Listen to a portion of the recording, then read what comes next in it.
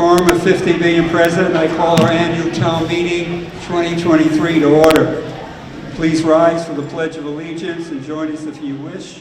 Mr. Richard Leclerc, former commander of our American Legion Post, and the upcoming May 29th Memorial Day Parade leader will lead us in a pledge.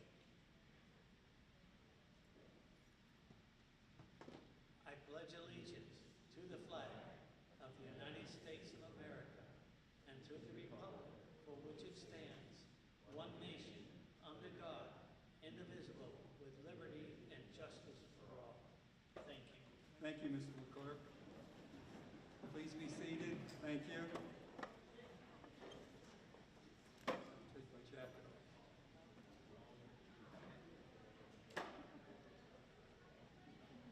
Good evening, fellow citizens and voters of Southampton. Welcome to our annual town meeting 2023.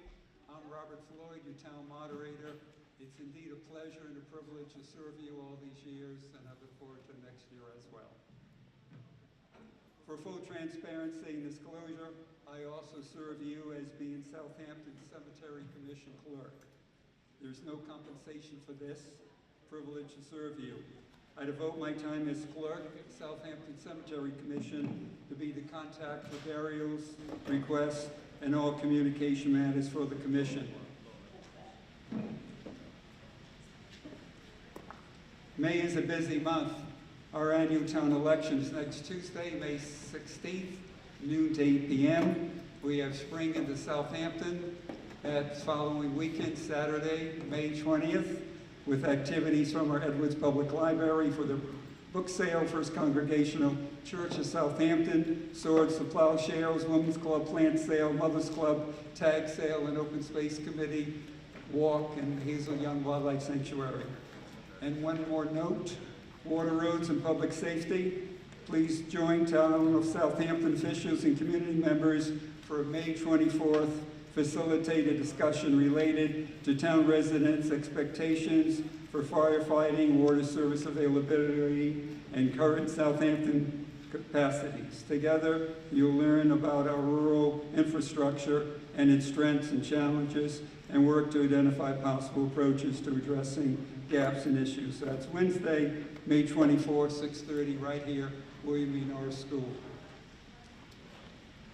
Our town meeting is a business meeting of Southampton, a legislative branch session called pursuant to a posted warrant, the official record of what will be discussed, and the only topics on which our town meeting tonight may actually take action.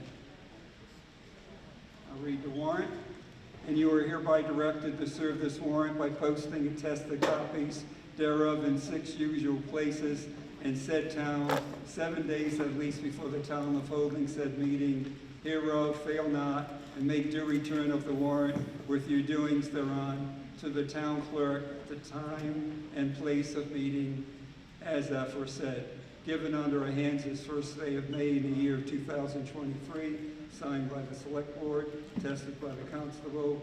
This is to certify that I have served the written warrant by posting attested copies thereof in 6 usual places, 7 days at least before the time of holding said meeting. Constable.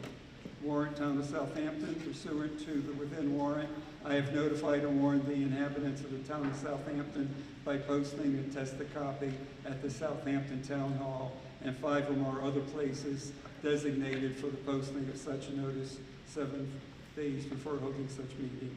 Constable Jared Hamill. In some towns, the town clerk reads this, maybe next year.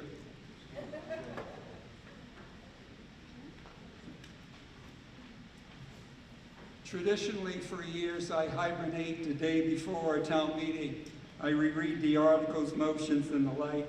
A solid day of meditation. Yesterday, I found myself at Mount Hebron Cemetery in the borough of Queens in New York City.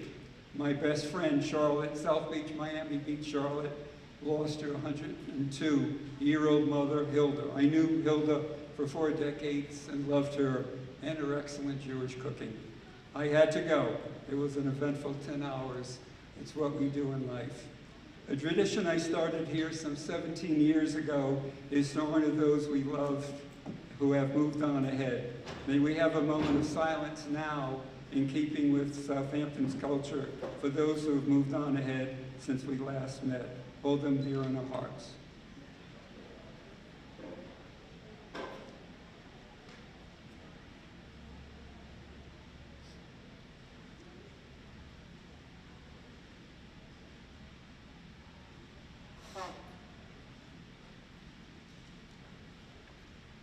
Tonight, our annual town meeting is being broadcast locally on Channel 191, as well as streaming on the eMedia website, easthamptonmedia.org. That link can also be found on the eMedia Facebook page and on Instagram. Thank you, Tim Riley, Jackson Foote, and eMedia. Our warrant. Articles enter a warrant that is posted in at least 5 locations and warns the people of a legislative meeting. You have heeded the warning. Attendance used to be mandatory and tardies were fined. It continues to be our purest form of democracy. The executive branch of our town's government, the select board, finance committee, treasurer, collector, accountant, clerk, town administrator, have worked hard several evenings a week with meetings to create and weigh in on the articles for tonight's town meeting warrant. Their work is done. Although some of these executive branch members sit up front, by our tradition, they individually do not have more vote or say tonight than any of you in our annual town meeting. Town moderator's rules, not town council legal opinion, apply while our town meeting is in progress. Your moderator permits commercial TV cameras, a privilege, not a right, if and only if they agree to remain in the back of the town meeting room on the far side of the floor line or outside the building, not in aisles or hallways. Again, this is a legislative branch of our government. It is not subject to open meeting law. Duties of the moderator. My role as your town moderator is to facilitate, provide an open process that voters trust, and administer rules and guidelines in an even-handed manner, fully, impartially, consistently, regardless of who you are, not assure any particular outcome. I ensure those who wish to address this town meeting have opportunity and ensure the integrity of a town meeting stays as intact as possible. Both sides' need will be heard in each article. No one has ever been denied to speak at a town meeting I have moderated. Moderators' authorities over process, not outcome. I leave the outcome to you, the fully informed voters. Procedures accomplish things instead of manipulating town meeting proceedings. I help every dedicated voter as they serve the town, so if your inexperience here holds you back, allow me to walk through the process tonight. Anyone may challenge my process with a point of order yelled from your seat. I will invite you to the mic, where you then describe what pending action is frivolous, irrelevant, illegal, or contrary to proper procedure. Any attempt to misuse it as a device to usurp the floor will be dealt with firmly. Duties of your voters. Your responsibility? Be the legislative branch of our town government for tonight's articles. You have power to make laws, the power of the purse, and to exercise your freedom of speech. Speaking and participating at a town meeting is a right, but like all rights, it should not be abused nor denied. Ground rules, courtesies, guidelines. It's important to set them early, then stick with them. There's plenty of seats up front. They're all blank. We reserved them for you coming in late, so come right up. Town meeting is a legislature subject to its own rules within the Commonwealth laws. In these rules, one of my duties as your moderator to protect rights of individuals against illegal encroachment, unintentional or otherwise. Our town meetings are conducted in accordance with general laws, our bylaws, traditional customs, and practices we have followed for many years with guidance by the principles and rules of conduct in town meeting time, a handbook of parliamentary law. It's an organic process as our customs, traditions, and practices evolve. Once a motion is read and I've asked to receive the second, then I invite a pro, then a con statement. All discussions must be relevant to a motion under a warrant article and within the scope of each article before us. Merits or lack thereof of the motion. It is when after a comment is ruled out of order or scope, the speaker continues to debate the moderator. That's when the speaker is directed to sit down. Speaking at the mic, are you ready to contribute something new? Please approach the mic up front, stand in line to be recognized and turned by the moderator. First come, first heard. I recognize speakers only standing at the mic unless it's a point of order. Address the moderator, state your name and address clearly. Please direct your opinions, questions, answers, and address or remarks to me, your town moderator. Don't speak directly to other voters. This is designed to prevent lecturing, bullying, intimidation, and cross-examinations. Town meeting conduct is the moderator's responsibility as authorized by General Laws, Chapter 37, Subchapter 15 and 17. You can speak up to 5 minutes at a time, provided you stick to the subject of the motion at hand and address me and not the town meeting audience. And no more than twice in any article, except to correct an error or answer a question. Please allow everyone opportunity to be heard before you request to be heard a second time on any article. Remarks, concise, to the point. I will allow anybody who previously spoke to address the meeting a second time with a new point of view or rebuttal. No repetition, no repetition. Before you vote yes or no, you individually are free to question, to amend, not encouraging this and will not discourage this either, and to table or kill any motion that is legislate all the civilized way. Cross-examinations are out of order. Rude behavior, especially shouting, bullying, lecturing, personal attacks will not be tolerated. No applause. This meeting has its sacred roots and traditions for hundreds of years. Please respect your neighbors who may vote differently than you. Please, no applause. No bullying. Anyone willing to comply with these rules will be removed after the third warning, so let this be our first warning. Anyone unsatisfied with the lack of information for an article may motion to adjourn this town meeting at a time certain for the presenter to obtain the necessary information.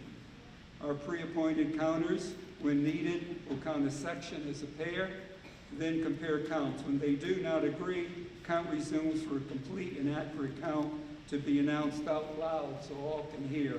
They count from the front to the back. Rights to speak, these rules of decorum are unique to town meeting. We usually vet someone at this time of the meeting, and rumor has it the planning board has a consultant. Does anybody have that name? Paul, come up here, please, and announce the name.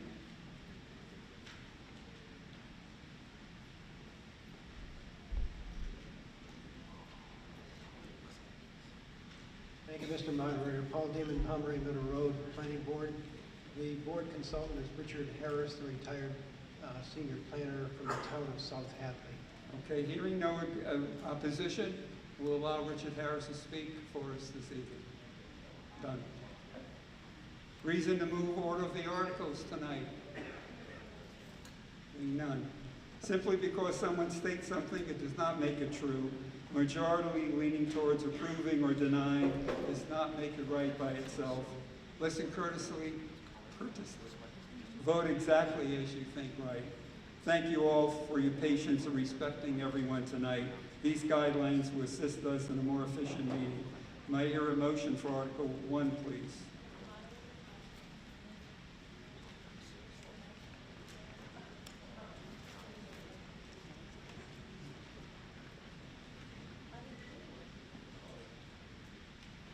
Motion for Article 1, please. Okay.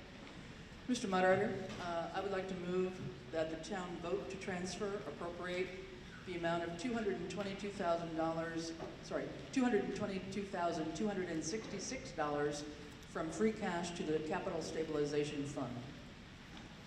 Motion made, do I hear a second? Second. Motion made and seconded. This is a different figure that you have in your program. Who would like to speak on this, please?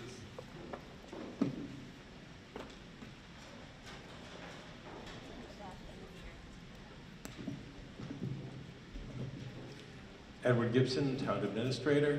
Mr. Moderator, this year the free cash actual certification came in higher than what was my conservative estimate. That's why the figures in these next three articles will actually differ, but these are normally set by policy, 35% to the capitalization, minimum of 35% to capital stabilization, 30% to operating stabilization, and a minimum of 10% to Article 3, the OPEB fund. This year, all the free cash, 100% will be actually transferred, appropriated to these three accounts. Okay. Anyone want to speak in opposition to Article 1? Anybody have any thoughts, questions? Seeing none, we'll vote. All those in favor of the motion for Article 1, please indicate by saying aye. Aye. Opposed, please indicate by saying nay. Motion for Article 1 passes unanimously. I read reasons to move order of articles probably too quickly. There is a motion ready to move the order.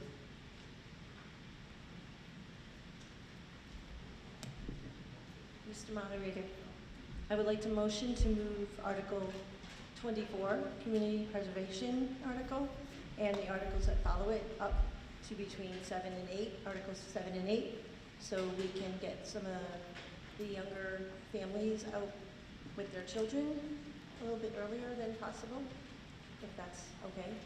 We have a motion to move Articles 24, 25, 26, 27, and place them in between Articles 7 and 8. Who would second that motion?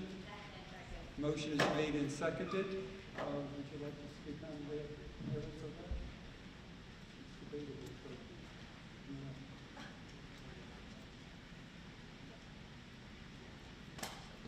I would hope that they would stay to finish the meeting, because there are a lot of articles that they should be here for also, but it is a Tuesday night and school is tomorrow, so that's just Thank you. my reasoning. Thank you. Anyone want to speak in opposition of this motion? Any comments? So we're going to vote to move Articles 24, 25, 26, and 27 in between Articles 7 and 8. All those in favor indicate by saying aye. Aye. Opposed indicate by saying nay. It's unanimous, so we're going to move those articles. Mayor, a motion for Article 2, please. Mr. Moderator, I move that the town vote to transfer $190,512 from free cash to the operational stabilization account. Motion Second. made. Do I hear a second? Second. Motion made and seconded. Who would like to address this, please?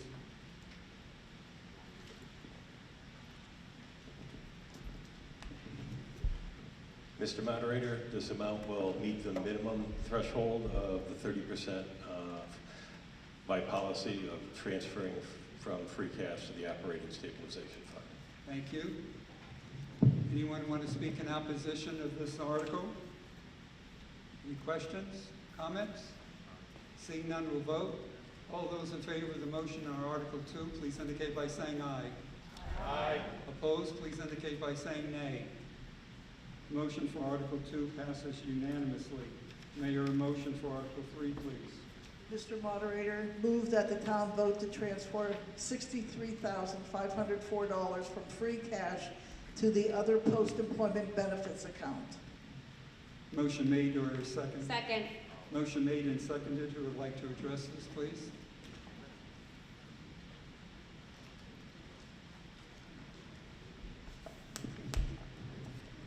Mr. Moderator, this amount will exceed the 10% minimum threshold required of transfer from free cash to the OPEB account. Thank you. Anyone wish to speak in opposition of this motion, of this article? Comments, questions? Seeing none, we'll vote. All those in favor of the motion on Article 3, please indicate by saying aye. Aye. Opposed, please indicate by saying nay.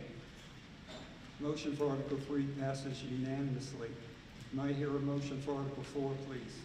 Mr. Moderator, I move that the town vote to authorize the Select Board to enter into a 5-year contract for postage machine lease at Town Hall for all town departments presented in Article 4 of the warrant for the May 9th, 2023 annual town meeting.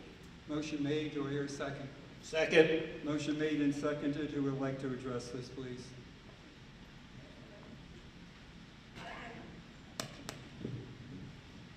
Mr. Moderator, the lease on the current postage machine has come due.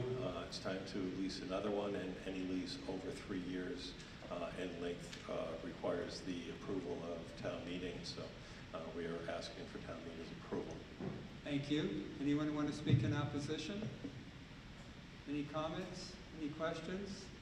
Seeing none, we'll vote. All those in favor of the motion on Article 4, please indicate by saying aye. Aye. Opposed, please indicate by saying nay. Motion for Article 4 passes unanimously. May I hear a motion for Article 5, please? Mr. Moderator, I move that the town vote to transfer or appropriate from the operational stabilization account an amount of $350,387 to be used in the operational base budget A for the Hampshire Regional School District assessment for the town of Southampton for fiscal year 2024 as presented in Article 5 of the warrant for May 9, 2023 annual town meeting. Thank you. May I hear a second, please? Second. Motion made and seconded. Who would like to speak for this, please?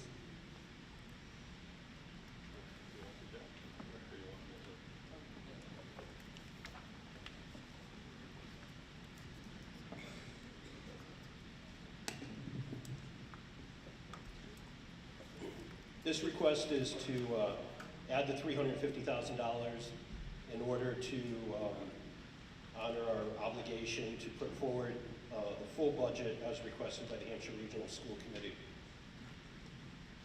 And this is identifying one of the sources of funding that will come up in the next article. Thank you. Anyone wish to speak in opposition to this article? Any questions? Any comments? Seeing none, we'll vote. All those in favor of the motion for Article 5, please indicate by saying aye. Aye. Opposed, please indicate by saying nay. Motion for Article 5 passes by unanimously, meeting our 2/3 majority requirement. May I hear a motion for Article 6, please?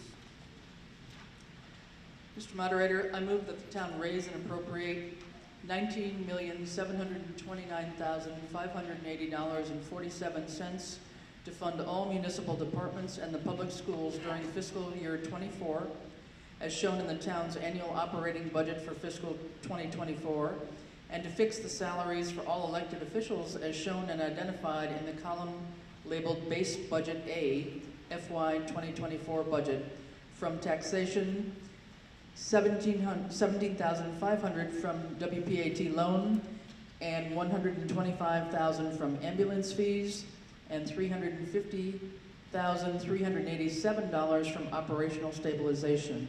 With these three different funding sources, the total operating budget for FY '24 is $20,222,467.47. Thank you. May I hear a second? Second. Motion made and seconded. As town moderator, it's been my tradition and belief to divide the question, to split a large figure budget like this into several parts. So we will continue with our tradition and do so. We will vote on each part, and that will suffice for voting for the entire budget. So the first group is general government, $869,379.24. Anyone like to address this?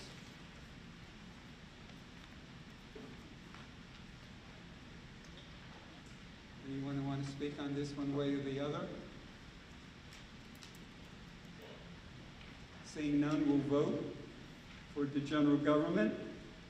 For Budget A, all those in favor, please indicate by saying aye. Aye. Opposed, please indicate by saying nay. The general government passes unanimously. The next group is public safety.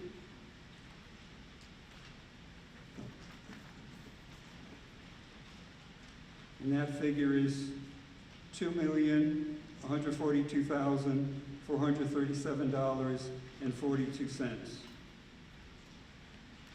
Anybody wish to speak on this, pro or con?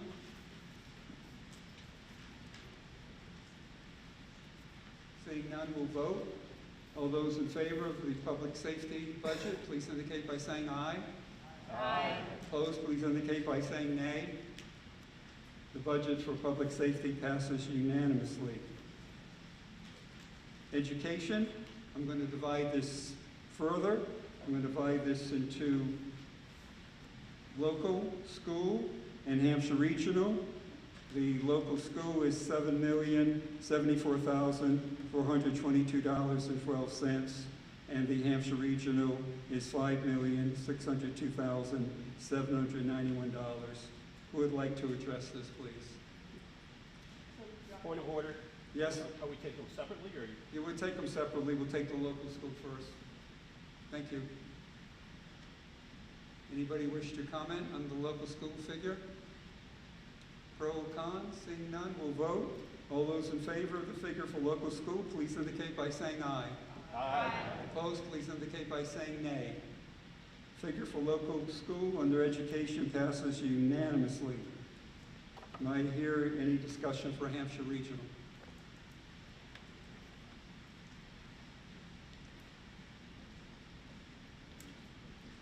Mr. Moderator, John Lumber, Vice Chair of the Select Board, 318 College Highway.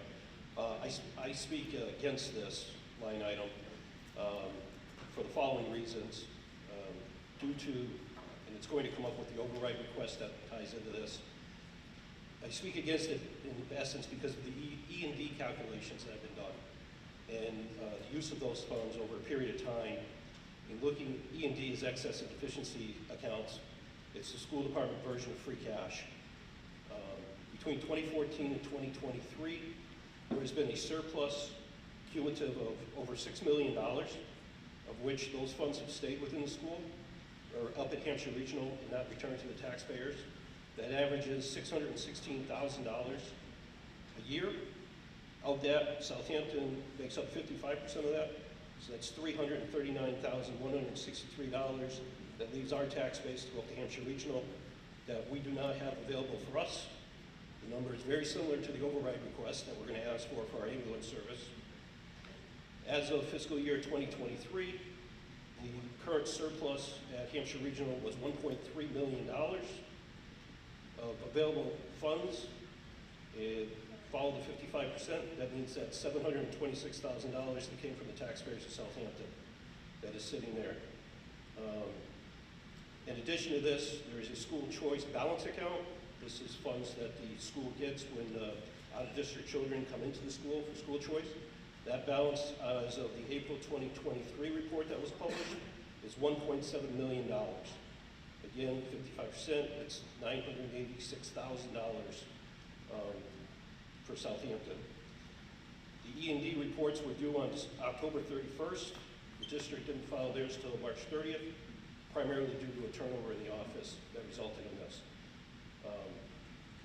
I'm asking that we vote this down. Voting this down does not mean that the Hampshire Regional budget will fail because 2 communities have to do it. And if we are successful in voting it down, I would ask that the elected representatives of Southampton that serve in Hampshire Regional go back to the table and go through line by line and determine how over a period of 10 years there's been a $6 million surplus when we're struggling to fund an ambulance service. Thank you. Anyone else would like to speak on this? Come forward, watch your feet on the... Mr. Moderator, Kim Schott, 182 County Road. I'm the chair of the Hampshire Regional School Committee. And Speak right in more directly in the mic. okay, is this good? Yes. All right, thank you. I'm here to request that the voters approve the budget as we requested it. 100% of our increase this year is driven by increases in non-discretionary costs, including transportation, health insurance, special education, fuel, and electricity. Because of those things that are outside of our control, we did cut costs in areas within our control to reduce the overall increase in the budget. And we believe that the budget that we have presented represents the actual needs of the school for fiscal '24. Thank you. Thank you. Anyone else would like to speak on this? Maureen Roden, 8 Cheryl Lane. Happy Nurses Week, everybody, especially the nurses in the audience. This budget cuts the nurse leader position $10,000. It also changes her position so that she becomes the primary sub for the school nurses. Nobody else has to sub and give up their job in order to do that. This particular position helped us dramatically get through COVID-19. Speaking to DPH, speaking to CDC, speaking to the Northampton Coalition, speaking to all the boards of health, I'm completely against this decision. And it is not a level funded budget. There's an increase of a grant position of 50%, and we have a grant writer currently up there. I'm also against it for the same reasons that John Lumber just mentioned. I'm not sure if everybody in the room is aware of this, but you just approved taking money from operational stabilization to fund Hampshire Regional's assessment because we didn't find out about the excess deficiency amounts and the vote that the school committee took in order to how to give that money back to the towns, and so therefore we have to take the money out of our operational stabilizations and then get the money back with free cash. So I'm against the Hampshire Regional budget. Thank you. Anybody? Sorry? Sierra Simmons, 242 College Highway. I'm not sure if this is a point of order or a question I should say here, so I'm just going to go through it. So what happens if we vote against this? Does the whole budget fail to pass? We'll have somebody answer that. Thank you for the question. Voting against this individual line item, the previous line items that all passed would still go in force, and assuming the remaining line items passed, those would go in place. This would still, in theory, it'd be two of five towns have to vote against this. We're the first town up. If we vote against it, one other town has to vote against it, and then there's a process that triggers, it would still stay in place because we've already put the money in there from operational stabilization. The next mechanism would be the Hampshire Regional School Committee would have to go back to the table. They don't necessarily have to change it. They just have to listen to the reasons why we voted against it and either put forward the same identical budget again or a revised budget for another vote. Thank you. Anybody else?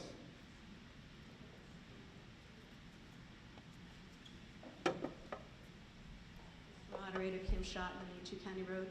May I get permission for our school business administrator to address the meeting? He's not a resident of Southampton, but he is an employee of the school district.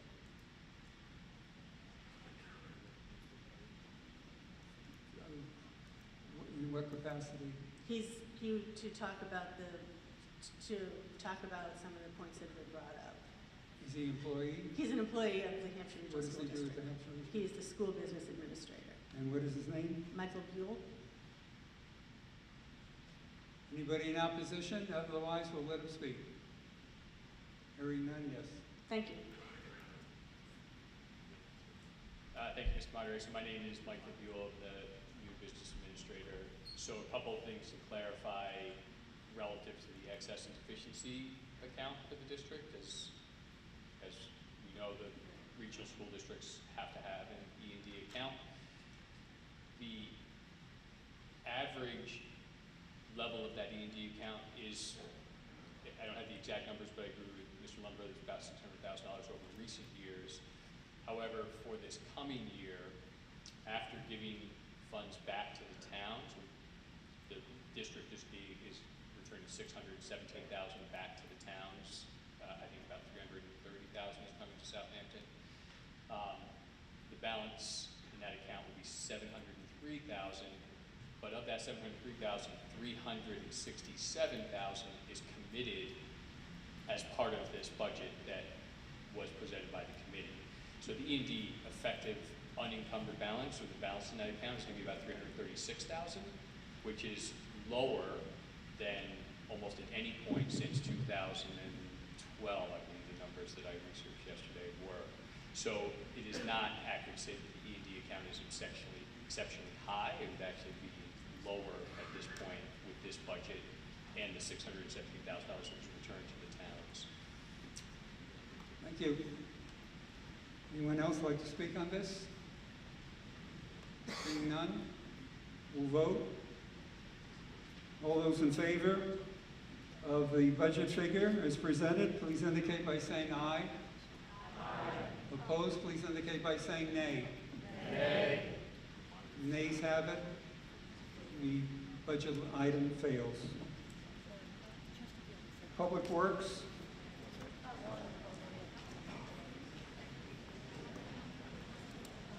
figure of,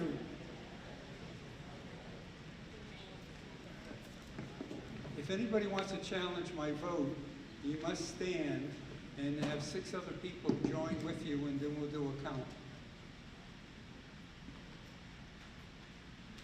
We have 2, 3, 4, 5, 6. Counters, please.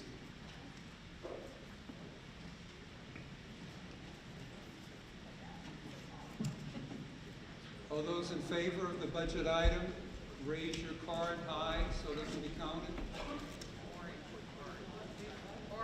Orange card.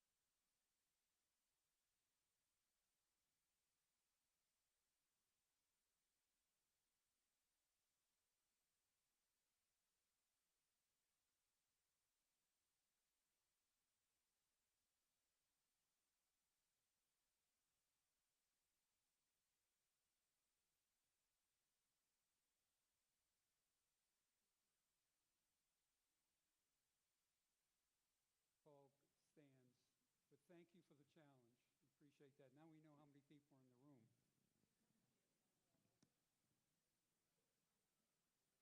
Public Works, $1,064,411.88. Anybody want to address that? Pro or con? Seeing none, we'll vote. All those in favor of the Public Works amount, please indicate by saying aye. Opposed, please indicate by saying nay. The figure passes unanimously. Health and Human Service, $168,639.64.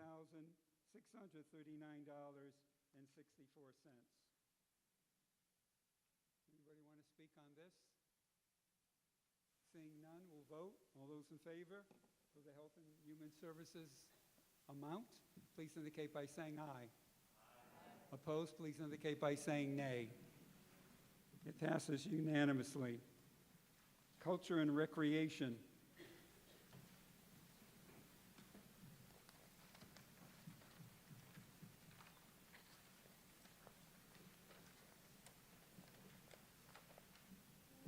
$193,393.13. Anybody want to speak on this, pro or con?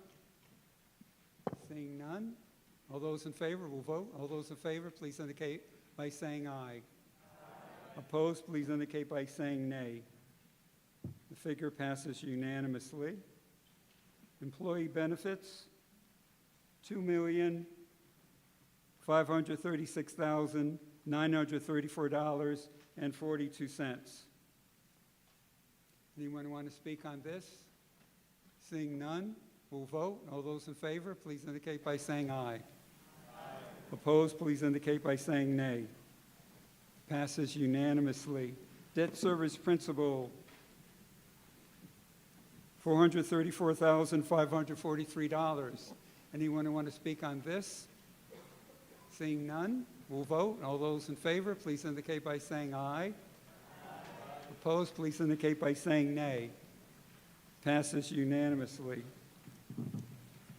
And debt service interest, $20,222,467. No, sorry.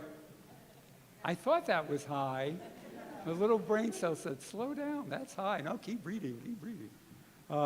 My bad. $135,515.62. Teamwork. Anyone want to speak on this? Pro, con, seeing none, all those in favor, please indicate by saying aye. Opposed, please indicate by saying nay.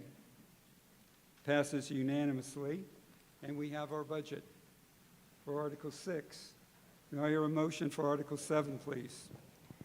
Mr. Moderator, I move that the town vote to raise and appropriate a supplemental sum of money of $332,555.29 for the purpose of funding the following departments and accounts in the operating budget for the town: Fire EMS Department, Police Department, Fire EMS Department, associated employee benefits for the fiscal year beginning July 1, 2023, provided, however, that the vote taken hereunder shall be expressly contingent upon approval by the voters of a Proposition 2.5 so-called override question allowing the town to raise the additional amount appropriated hereunder outside the limits imposed by said Proposition 2.5 in accordance with Mass General Law, Chapter 59, Section 21, CG. Motion Second. made. Do I hear a second? Second. Motion made and seconded. I'm going to divide the question. I'm going to divide it, and we're going to talk about the two parts of the budget that there's a delta increase: public safety and employee benefits. So under the proposed motion for this article, for Budget B, the public safety increases $300,820.09, and the employee benefits $31,735.20. So I propose we talk about public safety first and vote on it. We talk about the employee benefits next, vote on it, and then we vote on the entire motion. How's that? Got a plan? All right, who would like to address the increase in public safety?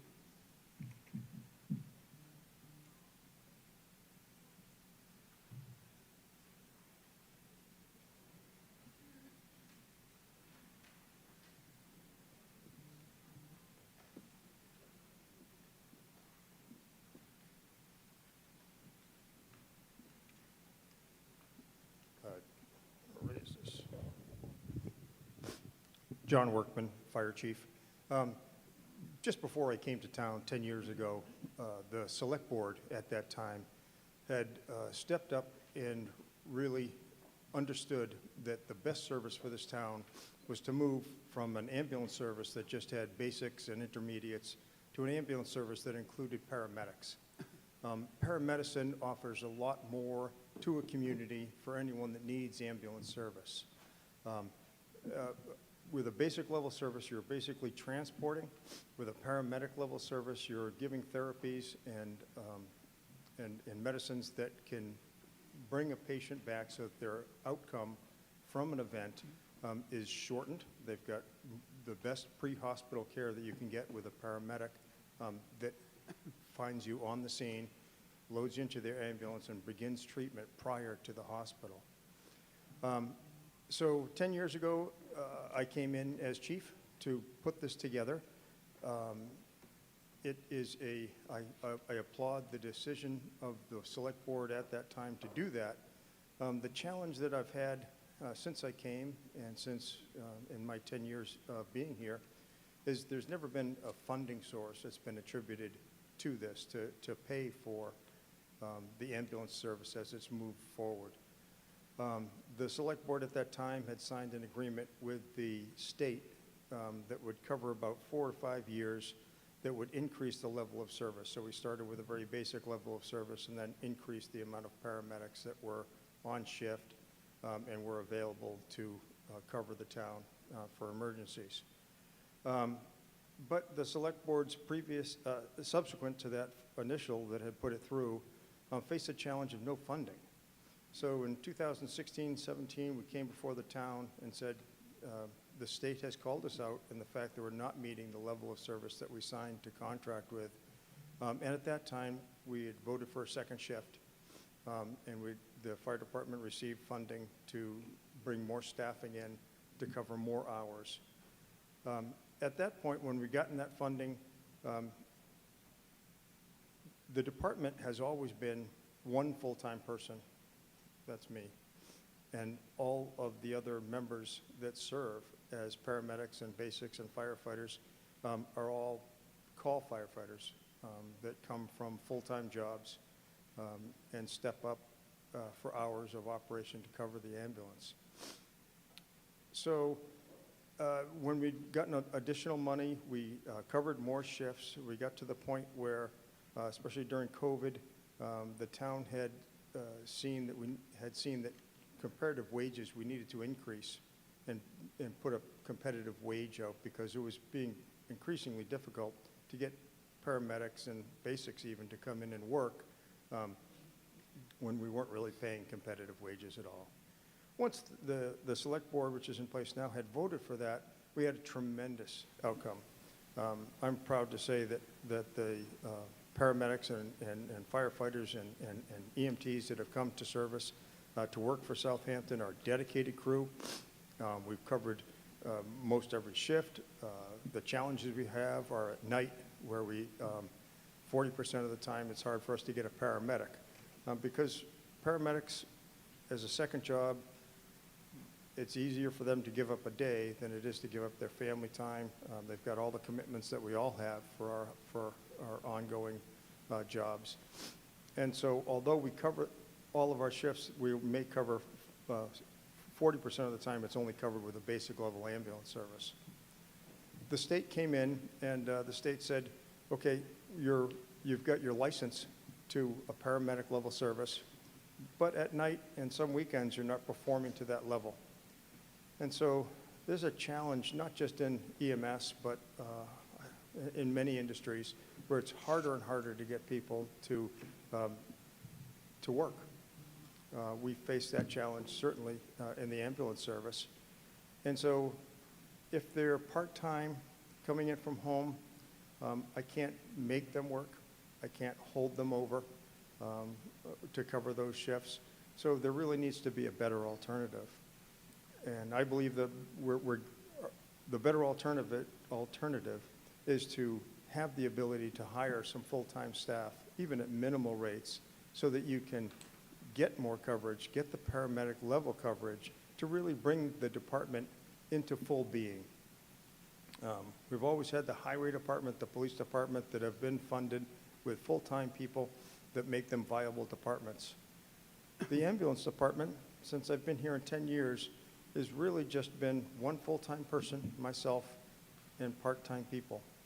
So this is really the next step to bring us into being more of a full-time department. Okay. It's not a full crew, it's a partial crew. When we do comparisons to other communities of similar sizes, even with this 2.5 override extra additional funding, we are still below every other community that I could find as far as their budgets go for fire and EMS service when they offer advanced level service. So this is an important step for the ambulance, and we really look for the town. It's at this point, the select board's done what they can. It's really the town at this point needs to say, we want an ambulance service that's paramedic level so that my loved ones are taken care of with the best level of care that we can give them. And that's the standard for communities these days. And they need to vote to support that if that's what they would like for service. Thank you. Thank you.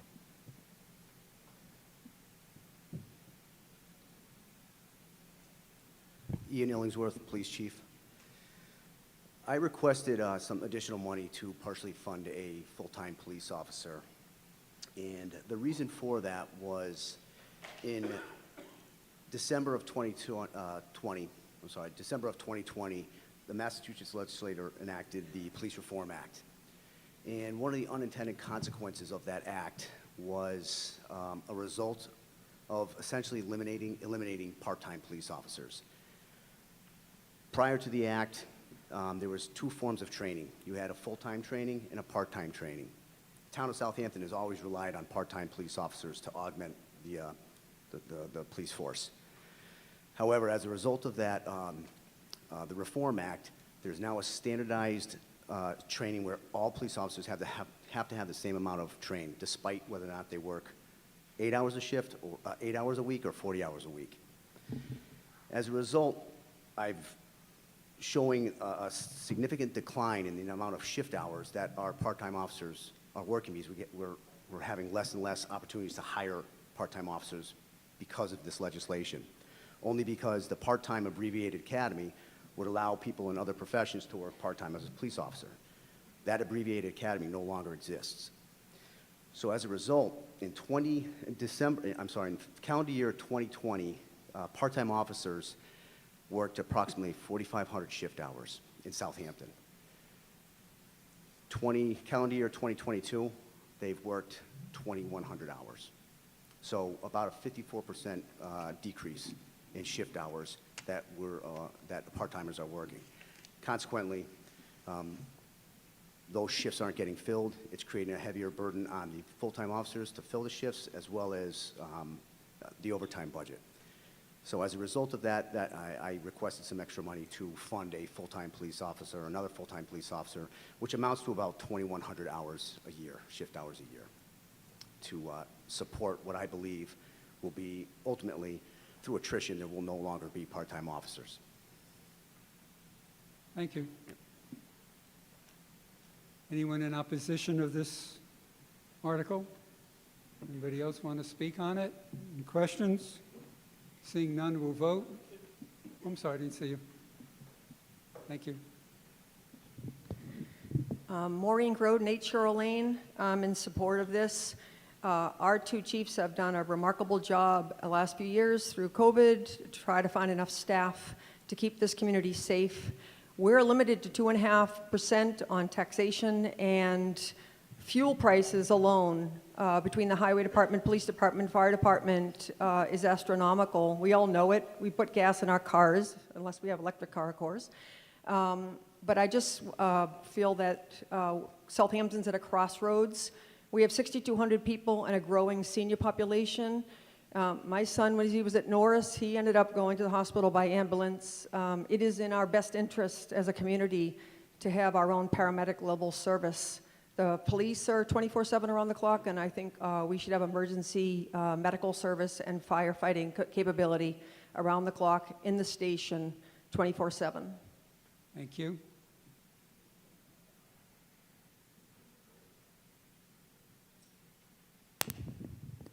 John Lumber, I would just add to that the request from the police department would allow the chief to maintain a 2-person unit at all shifts and not run the risk of going down to just a sole police officer and then relying on other communities to come in and back us up.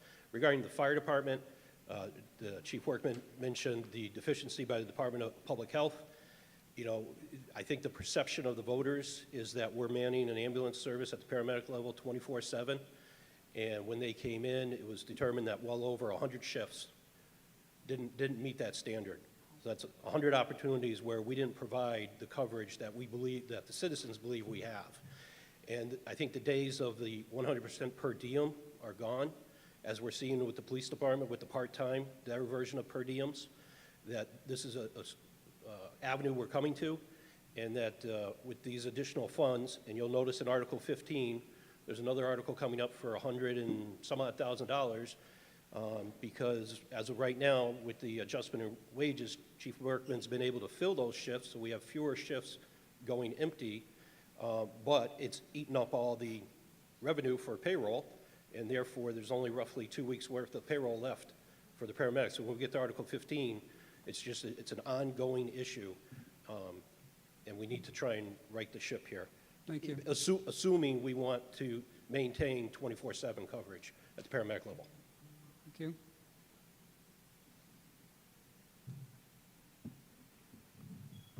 Jessica McConnell, 24 High Street.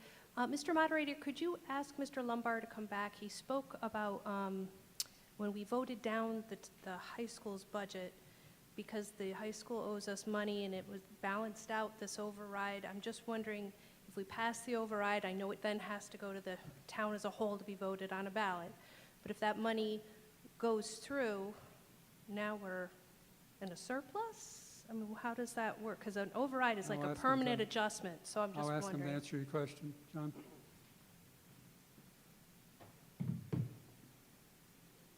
If you look at the supporting document that we went section by section on the budget, you'll notice that we voted on column A. There's another column to the right where public safety and employee benefits, I believe, are the only ones that have adjustments in it.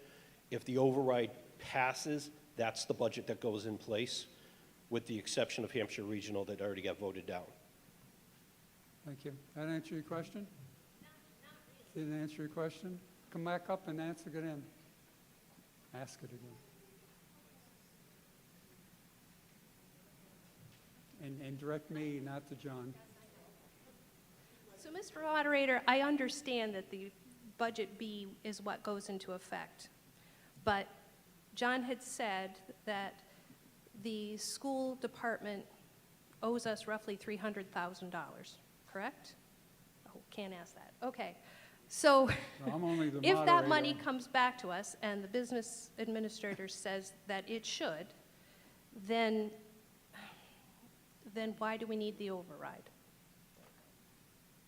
So specifically on that, the $340,000 that is coming back by a vote of the Hampshire Regional School Committee should have been as a form of credit on this year's fourth quarter payment.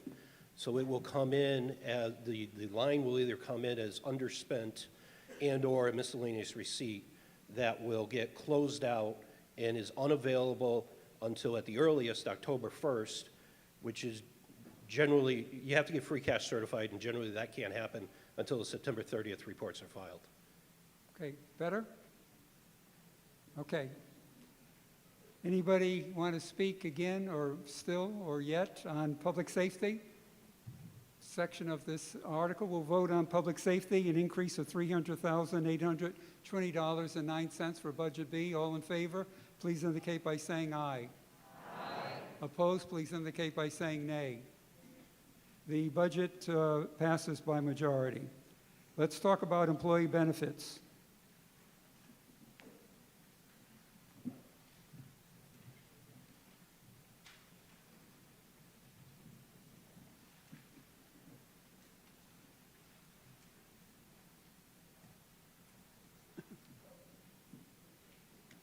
Do I have expectations?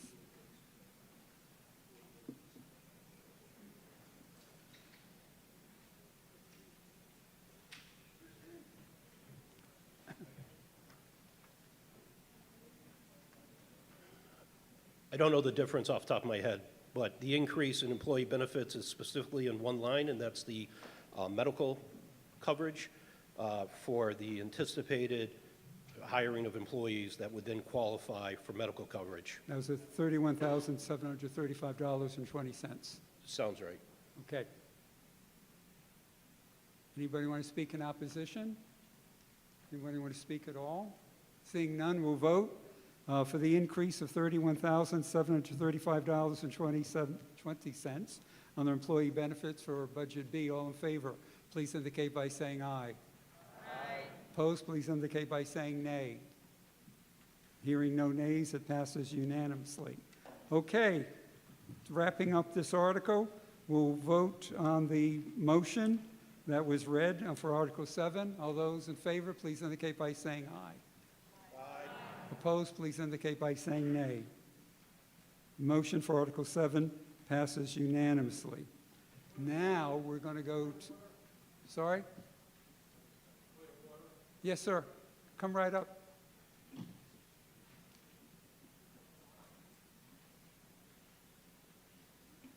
Tim Goddard, 138 Valley Road.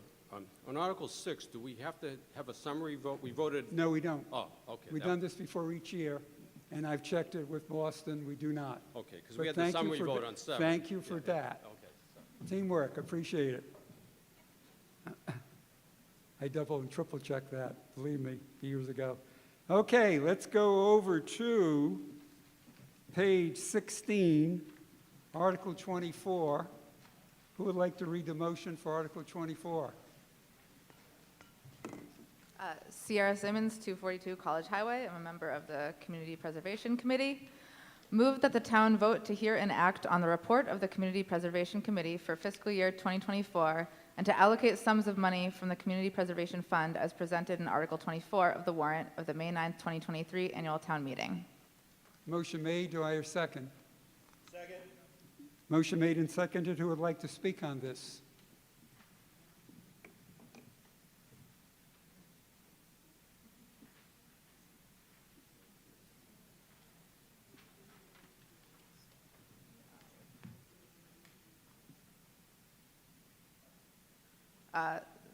Sierra Simmons, 242 College Highway again. So this is just a summary of our budget. Yeah. And you're just going to approve it. So, We'll vote on it. We'll vote on it. oh, sorry. You're just going to vote to approve or deny this budget. Okay. Sorry, I wasn't prepared to come and do this. Administrative this, so these are going into these buckets. Okay, got it.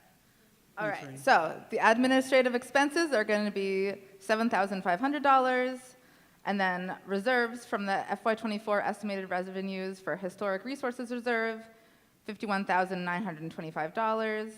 From the FY24 estimated revenues for the Community Housing Reserve, $51,925. And from the FY24 estimated revenues from Pomeroy Meadow Road land, $53,800. It says Pomeroy Meadow land purchase is only a memo item and will fulfill the 10% requirement for open space reserve. We're good. We're good. Thank you. And it's based on the requirement by percentage, so Yeah. that was just decided based on that. Teamwork. Anybody else want to speak on this? Con?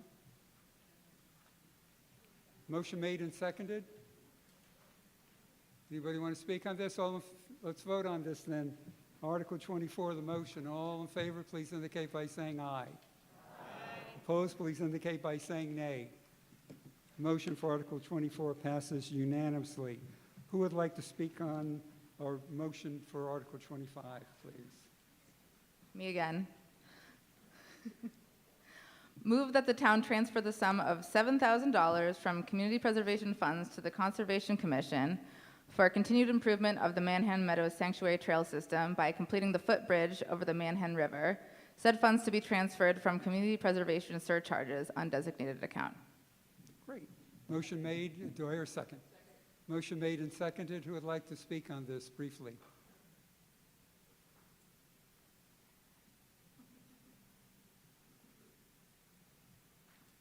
Art Lawrence, 113 Crooked Ledge Road. We received a grant approximately a year and a half ago from the state Trails grant and matching funds from the community preservation. At that time, we were told that we have to get a Chapter 91 license/permit to install the bridge over the Manhan River. We were told it would take approximately the maximum time would be 270 days, and right now we're looking at a year, and we still haven't received the license or the permit. After numerous calls to the state authority, the DEP, I kept telling them I'm not trying to put a bridge across the Connecticut, just the Manhan, and it still falls on deaf ears. So because of that delay, and I think all of you out there know that we have about a 9% inflation rate, we're anticipating we're going to need additional funding to finish this particular project. We're asking for $7,000 at this time. We doubt that will be enough. We'll probably have to dive into our own endowment funds, but at least it's a start. And of course, as always, if we don't use it, it goes back into the CPC. Thank you. Thank you. Anyone want to speak in opposition to this article? Any comments, any questions? Seeing none, we'll vote. A motion on Article 25. All those in favor, please indicate by saying aye. Opposed, please indicate by saying nay. Motion for Article 25 passes by majority. Mayor, a motion for Article 26, please. Move that the town vote to transfer the sum of $65,000 from the community preservation surcharges to the Southampton Greenway Committee for the town's local matching share of a Mass Trails grant for the design process of the Greenway bicycle and pedestrian path. Said funds to be taken from the Community Preservation Surcharges Open Space Recreation account. Motion made. Do I hear a second? Second. Motion made and seconded. Who would like to speak on this? Aaron Tauscher, Pomeroy Meadow Extension. Just to clarify, I'm speaking in favor of the article, but this is a required match amount for a grant totaling $320,000 from Mass Trails. So not passing this would actually let us lose a substantial amount of funding slated for engineering and design costs for advancing the project. Thank you. Thank you. Anybody else? Anybody want to speak in opposition or speak at all? Come right up.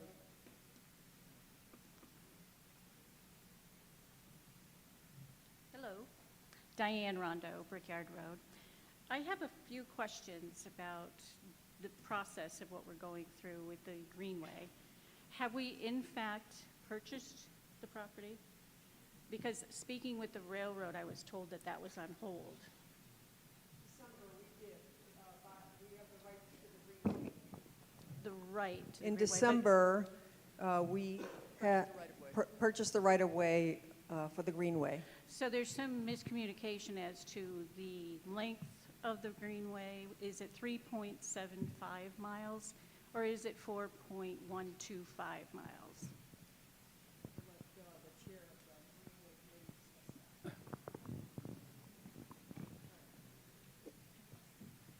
So the right-of-way grants access through a rail banking agreement. The right-of-way is for the entire town of Southampton, which does advance down Brickyard Road. That is not entirely the scope of the project as we speak. So we, as in myself, including the Greenway Committee, we're working on Sheldon's Ice Cream at the intersection of Brickyard and Route 10 up to where the Manhattan Rail Trail meets Coleman Road. So what the project will look like south of the Route 10 and Brickyard intersection is not part of our current scope. So I guess my question is exactly what design level are you looking for? Just till Sheldon's or all the way to the purchased? Just to Route 10. To Route 10. So what is the proposed? That's not part of this article or no discussion. Okay. Coleman Road to Route 10, Sheldon's Ice Cream. Okay. So you did indeed have a purchase of a right-of-way. Now, I haven't been involved with town politics in a very, very long time, so did this come to a vote for purchase? Everything is passed through town meeting, yes. Okay. Thank you. We shall see it. Anybody else would like to speak on this?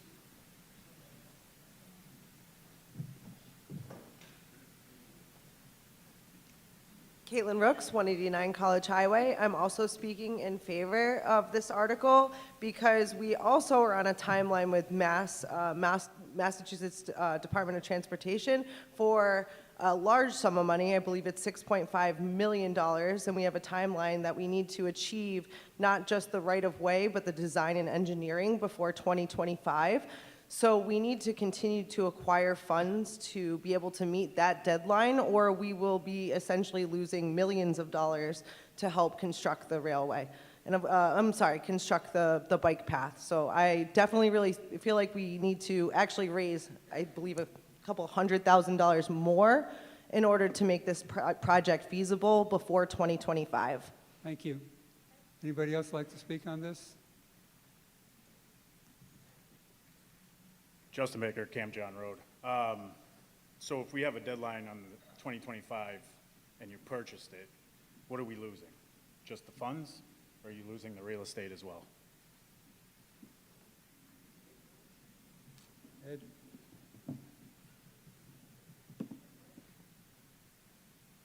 This is for design and engineering costs.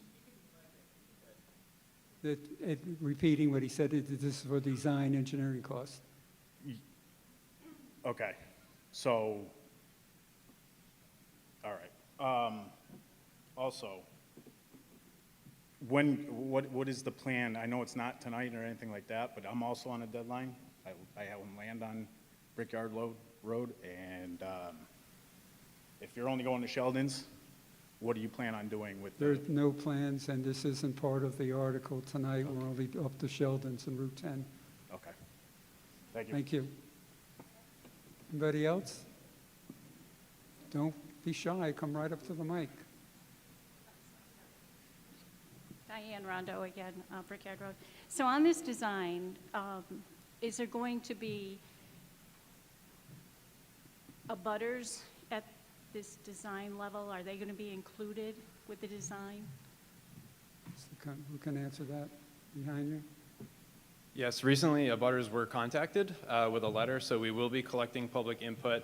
We're just starting that process now because the committee is just starting with the engineering firm. So abutters will be contacted directly again. The committee also meets regularly. We meet in public format. Comments are always welcome. The committee has an email address. We have several ways of being contacted, and you're always invited to communicate, ask questions, and join in progress as it happens. I'm just going to address the email address thing he just spoke about. I did contact them and offered my email, and they refused it.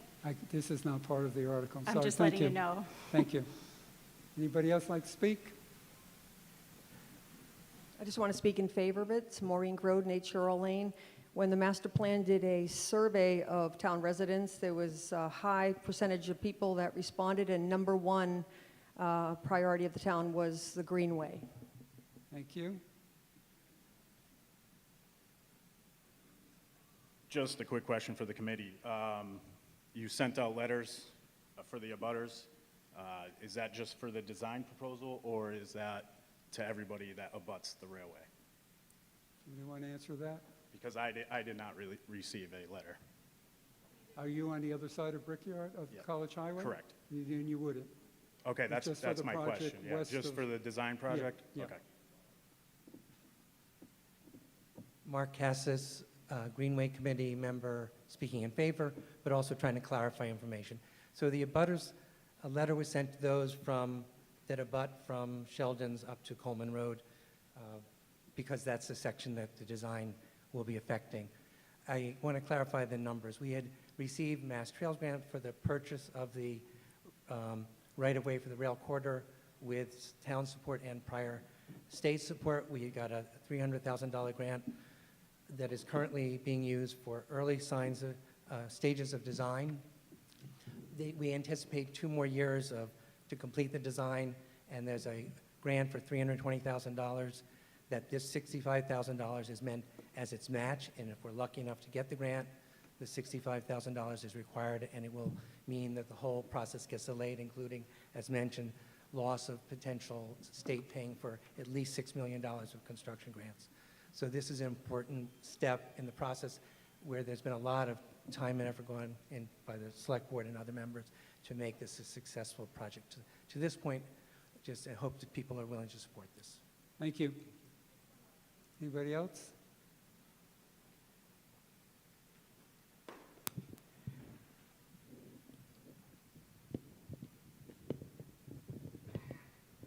John Sheehan, Pomeroy Meadow Road, just down the street. Mr. Moderator, I'd like to strongly encourage everyone here tonight to support this motion to move $65,000 of CPC funds. I want to publicly thank the Community Preservation Committee for being tuned in to needs all over the town. We've all seen money from CPC supporting many worthwhile causes. In my mind, this is an investment in the health of our community, the health of all citizens, from children up to elderly people, to have a safe place where we can walk, ride bikes, or whatever. Every other town has a bike trail. We are the only town between Northampton and New Haven that does not have a bike trail. And I'm kind of tired after years of explaining to people why we don't have a bike trail, but a lot of people want it. Last year, during the COVID, it was very busy, all during the last 3 years with the COVID and people being restricted on being outdoors in a safe way. One day, I was riding my bike, and there was a group of people, there were some children and adults, and I was getting on the trail at Coleman Road, and they had ridden the whole bike trail from Belchertown, where they lived, all the way through Amherst, Northampton, Easthampton to Southampton, and all of a sudden it came to an end. And they said, "What's going on with such a beautiful trail? Why did they stop it?" I said, "Well, it's a long story. How much time do you have?" Thank you, John. And so that has happened many times. I mean, we look back 100 years or so, and we had a connection between New Haven and Northampton with donkeys and horses dragging barges on the Northampton-New Haven Canal. And here we are in 2023, 100 years later, and we're arguing about putting a safe place for children to ride bikes or adults to walk and enjoy. Thank you. Thank you, and urge you all to support this motion. Thank you. Sorry, you can only speak twice at an article. Twice. I read that right at the beginning very clearly. Hi, Jennifer Roberge, Brickyard Road. I'm also a founding member of the Friends of the Southampton Greenway, and there is a paper in the back there that you approved, Mr. Moderator, explaining more information about the proposed Greenway and what has happened through spring of 2023. Thank you. Cheers. Anybody else? Seeing none, we're going to vote. All those in favor of the motion under Article 26, please indicate by saying aye. Aye. Opposed, please indicate by saying nay. Nay. The motion for Article 26 passes by majority. May I hear a motion for Article 27, please? Sierra Simmons, 242 College Highway. Move that the town vote to transfer the sum of $241,419.36 from community preservation surcharges to the Southampton Park Commission Committee to construct a fully accessible playground at Labrie Field. Said funds to be taken from community preservation surcharges undesignated account. Thank you. Motion made, and who do I hear a second? Motion made and seconded. Who would like to speak on this, please? Good evening, Dylan Wadsley, 22 Caitlin Way, Park Commissioner. I speak on this proposal that was brought to us by the Magic for Maddie Foundation, celebrating the life of a wonderful little girl in our town who sadly passed away. We were approached about building this magical playground, and I got to say, all the credit to the organization. They've done all the work on this. They've done a tremendous job designing the playground that would fit within the current master plan for Labrie Field. It'll be sited right off the parking lot in the back next to where the planned field house would go, and it will be at the spot as stated that was designed in the master plan for Labrie. They've done an excellent job of sourcing out vendors, reducing costs to the town by doing a community build, and in addition to that, establishing a fund for the lifetime maintenance of this playground to ensure that it's to be enjoyed by the town folks for many, many years to come. I believe there are members here from Magic for Maddie, if any of them want to speak more specifics about Maddie's life or about the specifics of the playground that's being presented. Okay, since you're speaking in pro, I'm going to ask if there's anybody in opposition who would like to speak now at the beginning or later. And please invite whoever you'd like to speak on this. Continue. Jen Capshaw and Juliet Lott, both town members, so they can speak. Thank you, Mr. Moderator. My name is Jen Capshaw. I live at 3 Kevin Drive. I'm Maddie's aunt, and I'm speaking on behalf of my family, specifically my sister Nora Schmidt, brother-in-law Greg Schmidt, who are here tonight, and Maddie's brothers Will and Patrick, along with our extended family. I want to thank everybody here for considering the Maddie's Magical Playground. I know it's been a long night, and that will be at Labrie Field. I want to thank the Parks Commission, the CPC, and the Select Board for your support of this program, this project, and transferring the funds from the CPC to make this vision a reality. I just want to take 1 minute, again, I know it's been a long night, but tell you a little something about Maddie. Maddie, I think my brother-in-law said it best when he said that Maddie leaves a little sparkle wherever she goes.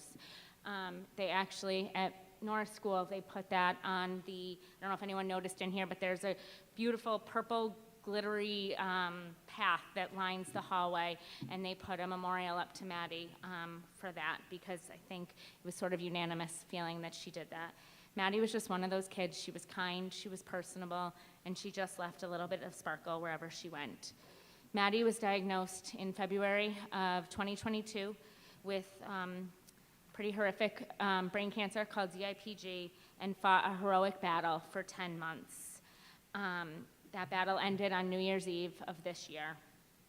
Since Maddie passed away, the committee and the community has done so much to support Maddie and our family, and it's been very important to us that Maddie's legacy live on.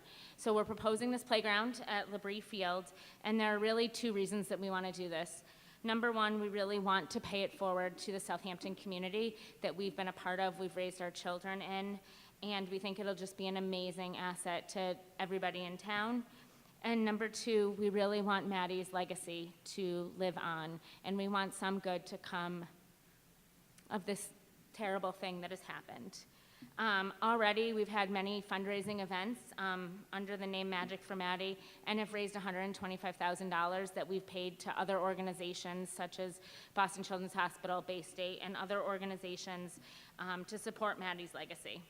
So in conclusion, I thank you, everybody here, for your support. Our family has lived in Southampton for over 14 years and supported the town in various ways through SYA and the Norris School. Our intention is to support this project for years to come. We do intend to do a community build and do all of the maintenance going forward to make sure that this park stays a beautiful place. I'm going to hand it over briefly to Juliet Locke, who has built the playground here at Norris School, or led the efforts to build that. And we'll talk about its many features, including its handicap accessibility. Thank you. And in conclusion, I just want to say that Maddie would love this, and thank you very much. Thank you.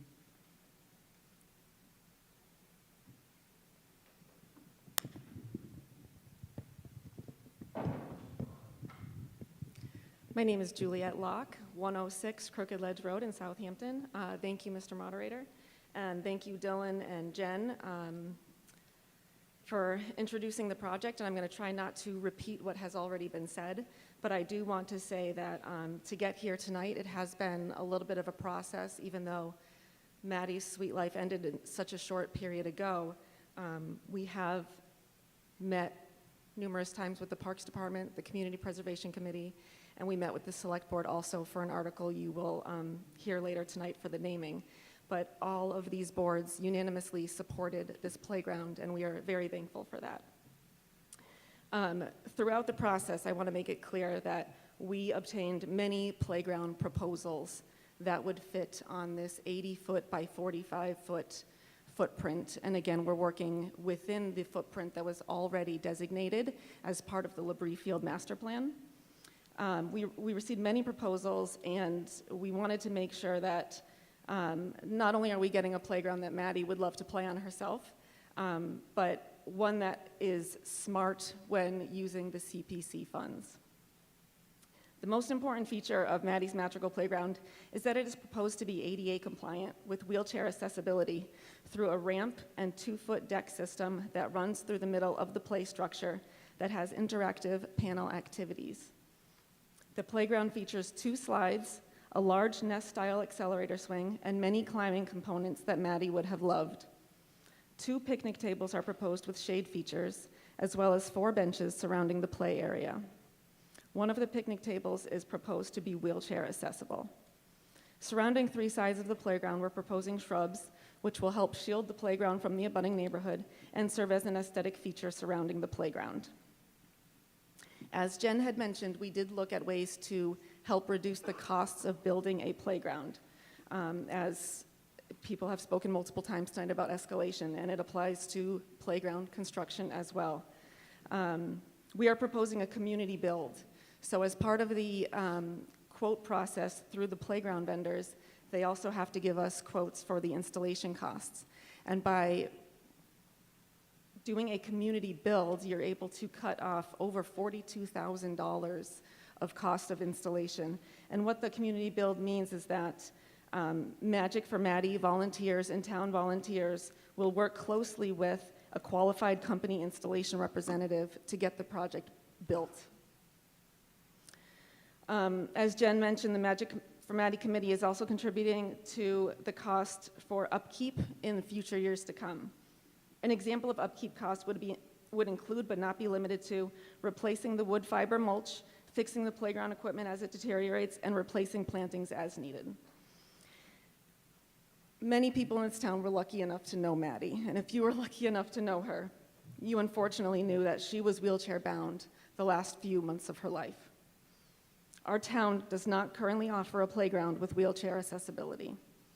The Magic for Maddie committee feels very strongly that a playground with wheelchair accessibility and family benches and tables and shade features will be an asset to not only Labrie Field, but to our entire community. Thank you. I want to say thank you to the town board's representatives, and we hope the community members support us here tonight. Thank you. Thank you. Seeing nobody else, we're going to vote. The motion under Article 27. All those in favor, please indicate by saying aye. Aye.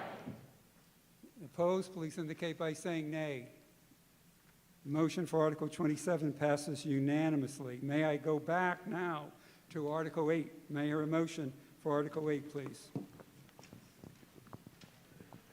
And Article 8 is a little different in your notes. Okay. Mr. Moderator, we move that the town vote the budget of the Transfer Station Enterprise Fund as presented in Article 8 of the warrant for the May 9th, 2023 annual town meeting, with $212,833 being raised from Transfer Station Enterprise revenues and $19,975 to be appropriated in general fund indirect costs. Motion made. Do I hear a second? Second. Motion made and seconded. Who would like to address this, please?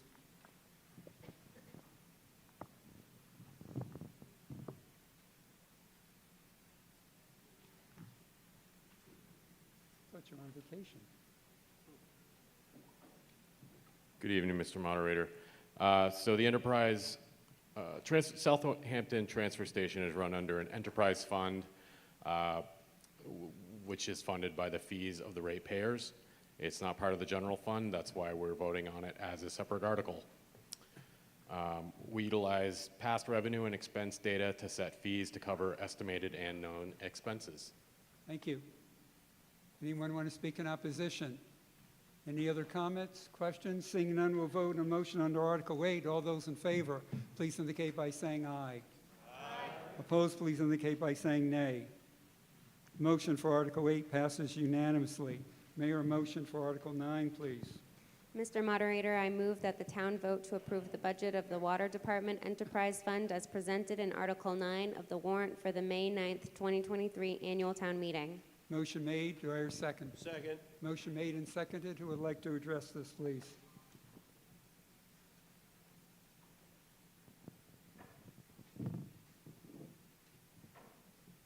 Timothy Gaudette, Valley Road, Water Commissioner.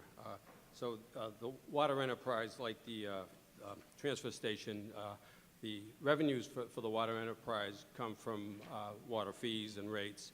So it's a separate fund, and therefore it gets voted on separately. Thank you. Anyone want to speak in opposition? Any comments, any questions? Seeing none, we'll vote. Motion Article 9. All those in favor, please indicate by saying aye. Aye. Opposed, please indicate by saying nay. Motion for Article 9 passes unanimously. Mayor, a motion for Article 10, please. Mr. Moderator, I move that the town vote to transfer an amount totaling $11,000 within the Police Department operating budget accounts as listed in Article 10 of the May 9, 2023 annual town meeting warrant, said sums to come from the fiscal year 2023 accounts listed. Motion made. Do I hear a second? Motion made and seconded. Who would like to address this, please? Ian Illingsworth, Police Chief. This is just interdepartmental transfers as a result of some unexpected staffing shortages this year, energy costs and training costs. Thank you. Anyone want to speak in opposition? Any comments? Any questions? Seeing none, we'll vote on the motion for Article 10. All those in favor, please indicate by saying aye. Opposed, please indicate by saying nay. Motion for Article 10 passes unanimously. May I hear a motion for Article 11, please? Mr. Moderator, I move that the town vote to transfer an amount totaling $2,759.20 within the Library Department operating budget accounts as listed in Article 11 of the May 9, 2023 annual town meeting warrant, said sums to come from the FY23 accounts listed. Motion made and seconded? I Second. need a second, rather. Thank you. Motion made and seconded. Who would like to address this? Good evening, Mr. Moderator. I'm Johanna Rodriguez Douglas. I'm the library director. A little closer. I think you have I'm Johanna Rodriguez Douglas. I'm the library director. There's a theme here of unexpected energy costs that you're going to be seeing on a lot of articles, and this is one of them. Back in November, HG&E had cited increased global demand for natural gas and shortages in domestic supply in the Russian incursion in Ukraine, and the utility projected a 32% increase in natural gas prices. Happily, it was a little bit less. Thank you. Anyone wish to speak in opposition of this article?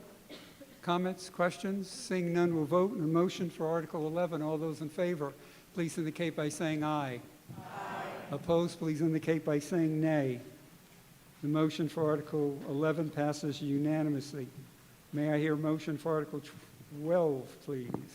Mr. Moderator, I move that the town vote to transfer an amount totaling $4,876.85 within the town-wide and municipal department operating budget accounts as listed in Article 12 of the May 9, 2023 annual town meeting warrant, said sums to come from the FY23 accounts listed above. Motion made. Do I hear a second? Second. Motion made and seconded. Who would like to address this, please?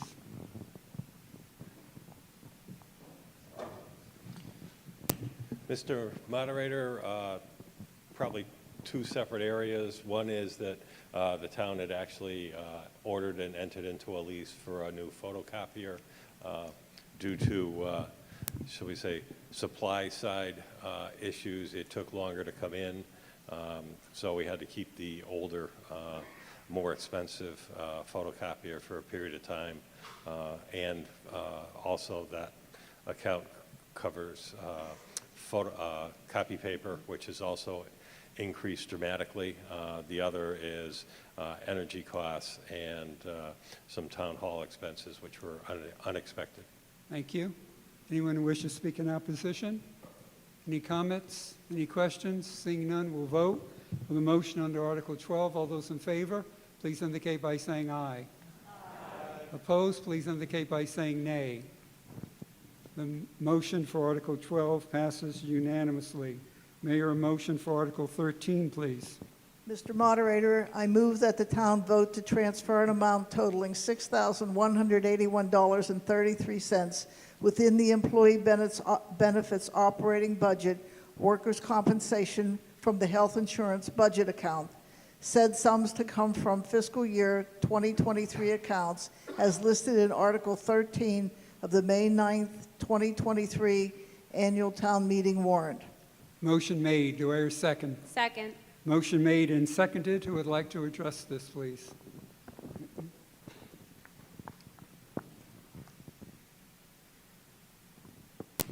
Mr. Moderator, this would cover the costs from our fiscal year 22 or workers' comp audit due to the audit, we were invoiced for another $6,181.33.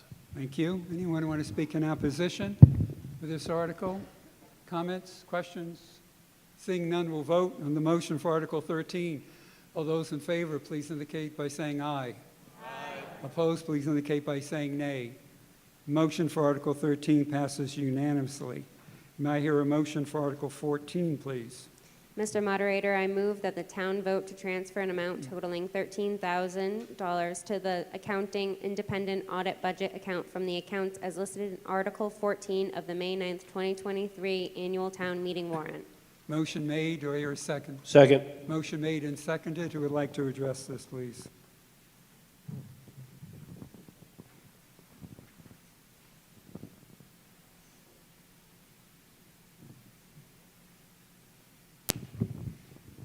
Mr. Moderator, when we went out for a request for proposals for 3 years of audit services, when the proposals came back, the contracted amounts for fiscal year 23 had gone up considerably, so this $13,000 would cover that shortfall to do the fiscal year 22 audit. Thank you. Anyone want to speak in opposition of this article? Comments, questions? Seeing none, we'll vote the motion for Article 14. All those in favor, please indicate by saying aye. Aye. Opposed, please indicate by saying nay. Motion for Article 14 passes unanimously.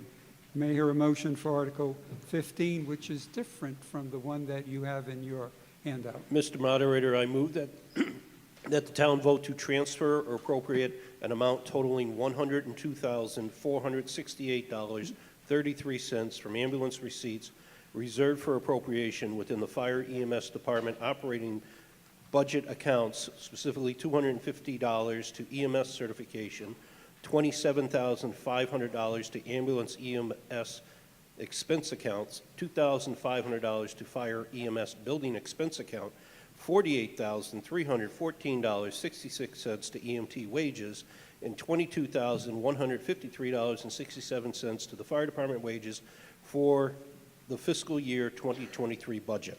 Motion made. Do I hear a second? Second. Motion made and seconded. Who would like to address this? Mr. Moderator, the bad news is that prices are going up for medical supplies and gas and everything else. We've also spent more money on wages this year, but with those wages, we're covering more calls.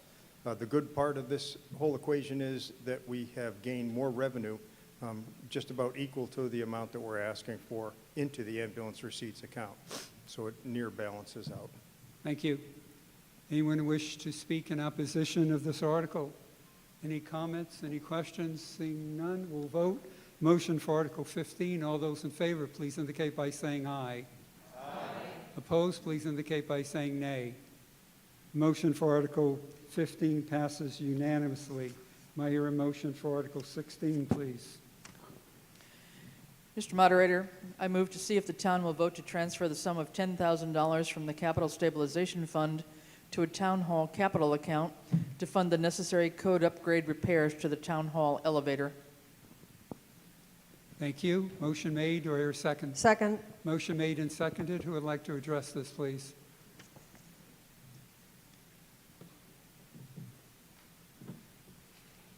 Mr. Moderator, the state has updated and changed their elevator code requirements, specifically to the fireman's key operation.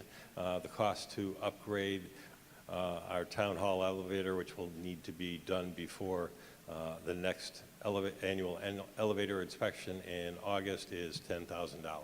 Thank you. Anyone who wishes to speak in opposition of this article? Any comments, any questions? Seeing none, we'll vote. We need a 2/3 majority. All those in favor of the motion for Article 16, please indicate by saying aye. Aye. Opposed, please indicate by saying nay. Motion for Article 16 passes unanimously, meeting our 2/3 majority requirement. There a motion for Article 17, please. Mr. Moderator, I move to see if the town will vote to transfer the sum of $73,000 from the Capital Stabilization Fund to a police capital account to fund the purchase of a Ford F-150 or equivalent pickup truck to be equipped as a cruiser as a replacement for an existing police cruiser. Motion made. Do I hear a second? Second. Motion made and seconded. Who would like to address this, please?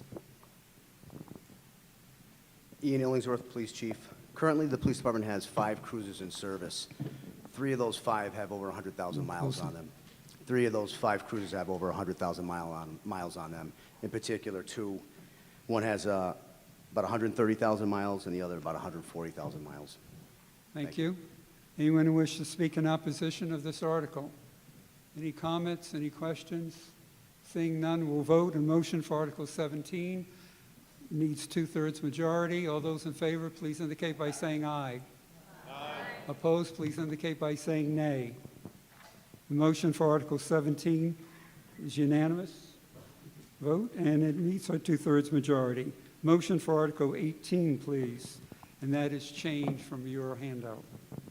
Mr. Moderator, I move to see if the town will vote to transfer the sum of $38,000 from the Capital Stabilization Fund to a fire EMS capital account to fund the purchase and installation of vehicle exhaust extraction equipment to be installed at the 204 College Highway Fire EMS Station. Motion made. Do I hear a second? Second. Motion made and seconded. Who would like to address this, please? 38,000, I heard the question, I'm back. Mr. Moderator, we were challenged with this only because the fire department has a few needs. We were really hoping to, this one needs to go through because it's clean air in the fire station so that the working conditions, we're not breathing that diesel fumes in. Our office, the ready room, is right in the same garage area as the equipment. So we put this forward to get this equipment to make the station a safer place for people to be, especially as we're there 24/7. But we wrestled only because we were also trying to get a tanker upgrade. Unfortunately, there wasn't enough money to fund the tanker upgrade, but there is this proposal, and firefighter safety, just trying to take care of the men and women that put their time for this town. Thank you. Anyone who wishes to speak in opposition of this article? Any comments, any questions? Seeing none, we'll vote. Motion under Article 18 needs a 2/3 majority for approval. All those in favor, please indicate by saying aye. Aye. Opposed, please indicate by saying nay. The vote is unanimous, meeting a 2/3 majority. May I hear a motion for Article 19, please? Mr. Moderator, I move to see if the town will vote to transfer the sum of $16,672 from the Capital Stabilization Fund to a Norris Elementary capital account to fund the repair and painting of the north wing lockers. Motion made. Do I hear a second? Second. Motion made and seconded. Who would like to address this, please?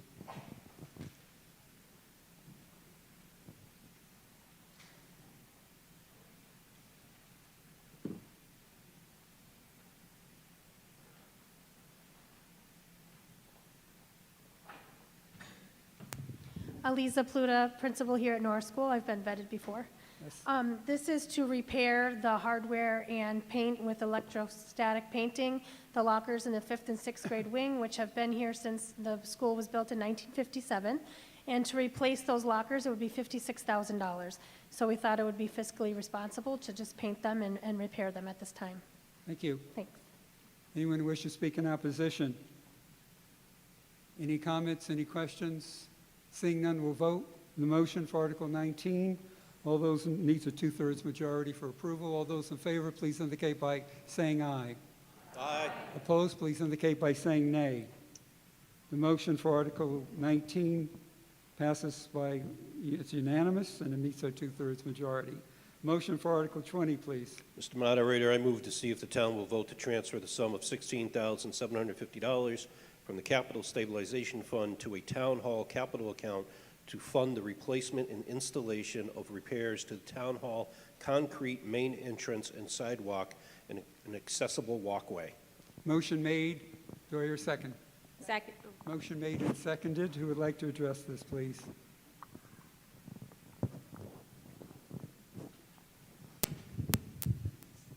Mr. Moderator, this would address some what I will call possible tripping hazards at Town Hall, and whether you call it the back or the main entrance by the flags, the landing pad there, a number of the concrete or whatever the material is, squares have started to deteriorate, and that has become a safety issue. This would also address some concrete work along the handrail of the handicap ramp, and some concrete squares which have started to crack down at the end where the senior center is. The senior center, that door on the left, which it would be, you could say, is their main entrance, has a little concrete ramp which is also deteriorated. So that's becoming a little bit of an issue too, and it would also address a couple of cracks in the foundation of the building itself. Thank you. Anyone who wishes to speak in opposition to this article? Any comments, any questions? Seeing none, we'll vote on the motion for Article 20. All those in favor, please indicate by saying aye. Aye. Opposed, please indicate by saying nay. The motion for Article 20 passes unanimously, meeting our two-thirds majority requirement. Mayor, a motion for Article 21, please. Mr. Moderator, I move that the town vote to authorize the Select Board to take all necessary and appropriate action to establish and to maintain, in accordance with the provisions of Chapter 164, Sections 34 and 47C of the general laws, and in accordance with the rules, regulations, and orders of the Department of Public Utilities and the Department of Telecommunications and Cable, a municipal lighting plant for all purposes allowable under the laws of the Commonwealth, including without limitation the operation of a telecommunication system and any related services. Motion made. Do I hear a second? Second. Motion made and seconded. Who would like to address this, please? Somebody from the committee? There you go.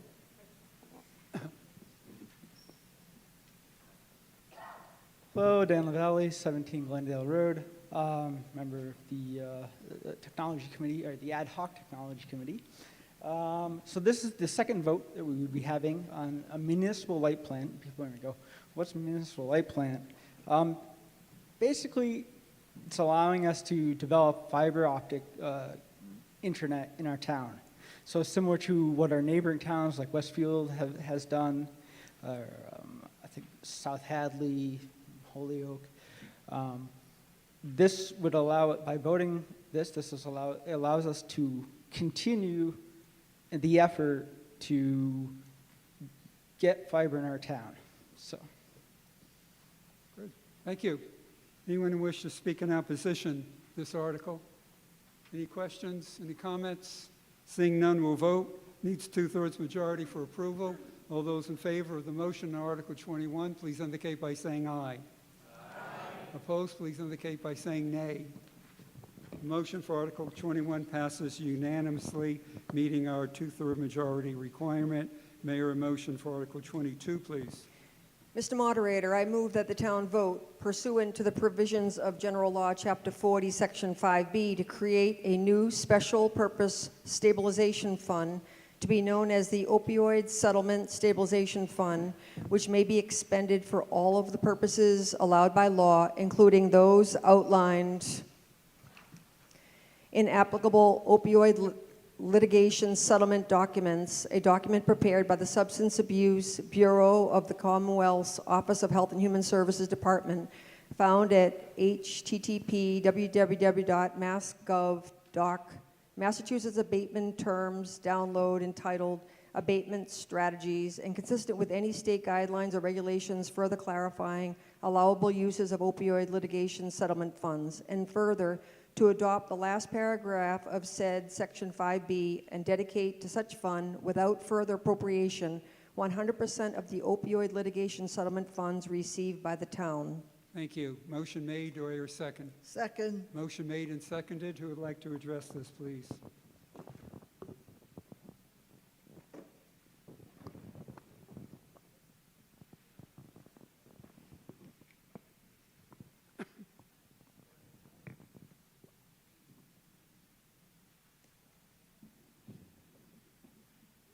You're getting good at this. So the town has, the select board has voted to accept some opioid settlement funds, which will be coming in to have an account to, shall we say, house those funds in to be able to spend it by appropriation at a town meeting in the future for substance abuse.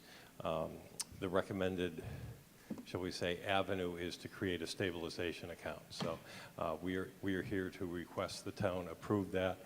It does require a 2/3 vote of the town meeting. Yes, thank you. Anyone wish to speak in opposition? Any comments, any questions? Comment?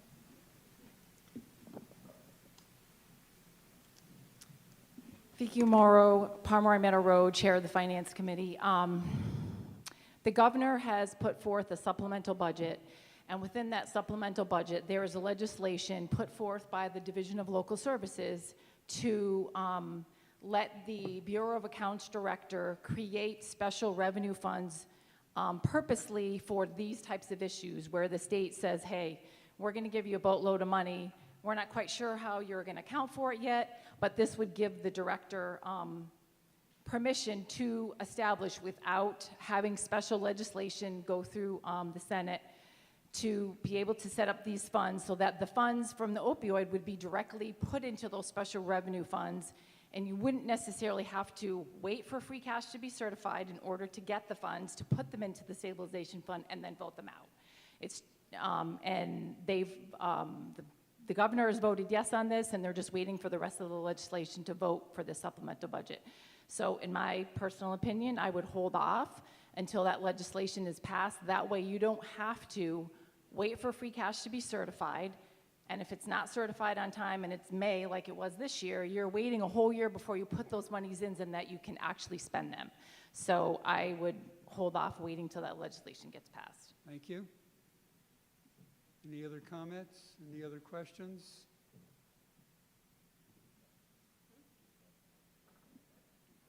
Seeing none, we're going to vote. All those in favor of the motion under Article 22, please indicate by saying aye. Aye. Opposed, please indicate by saying nay. Nay. Okay, we need the counters. This needs a 2/3 majority, as we indicated. So all those in favor of this motion, raise your cards high, your orange cards. And we're counting from front to back.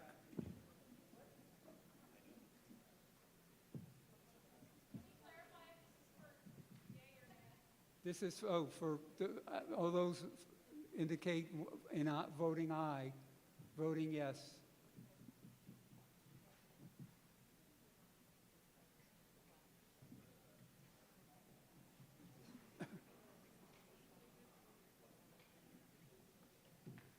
Two.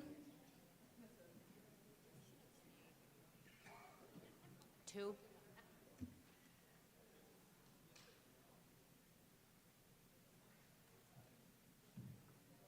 7.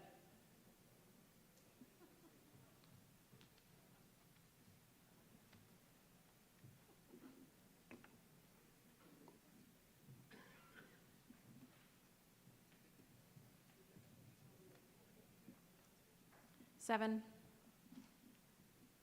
Okay, all those opposed to this article, raise your cards.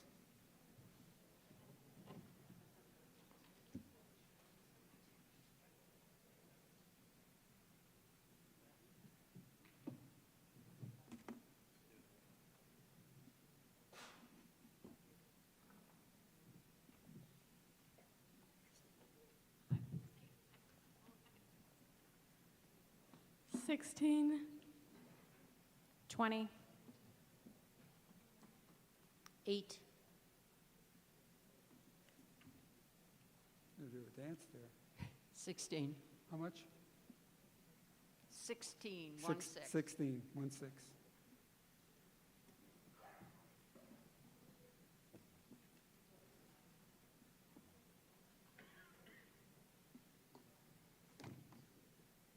The motion for Article 22 fails, 18 yeses, 60 noes.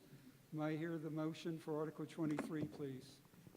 Mr. Moderator, move that the town vote to set the limitation on expenditures for each revolving fund be established according to Article 23 of the May 9th, 2023 annual town meeting. Motion made, do I hear a second? Second. Motion made and seconded. Who would like to address this, please?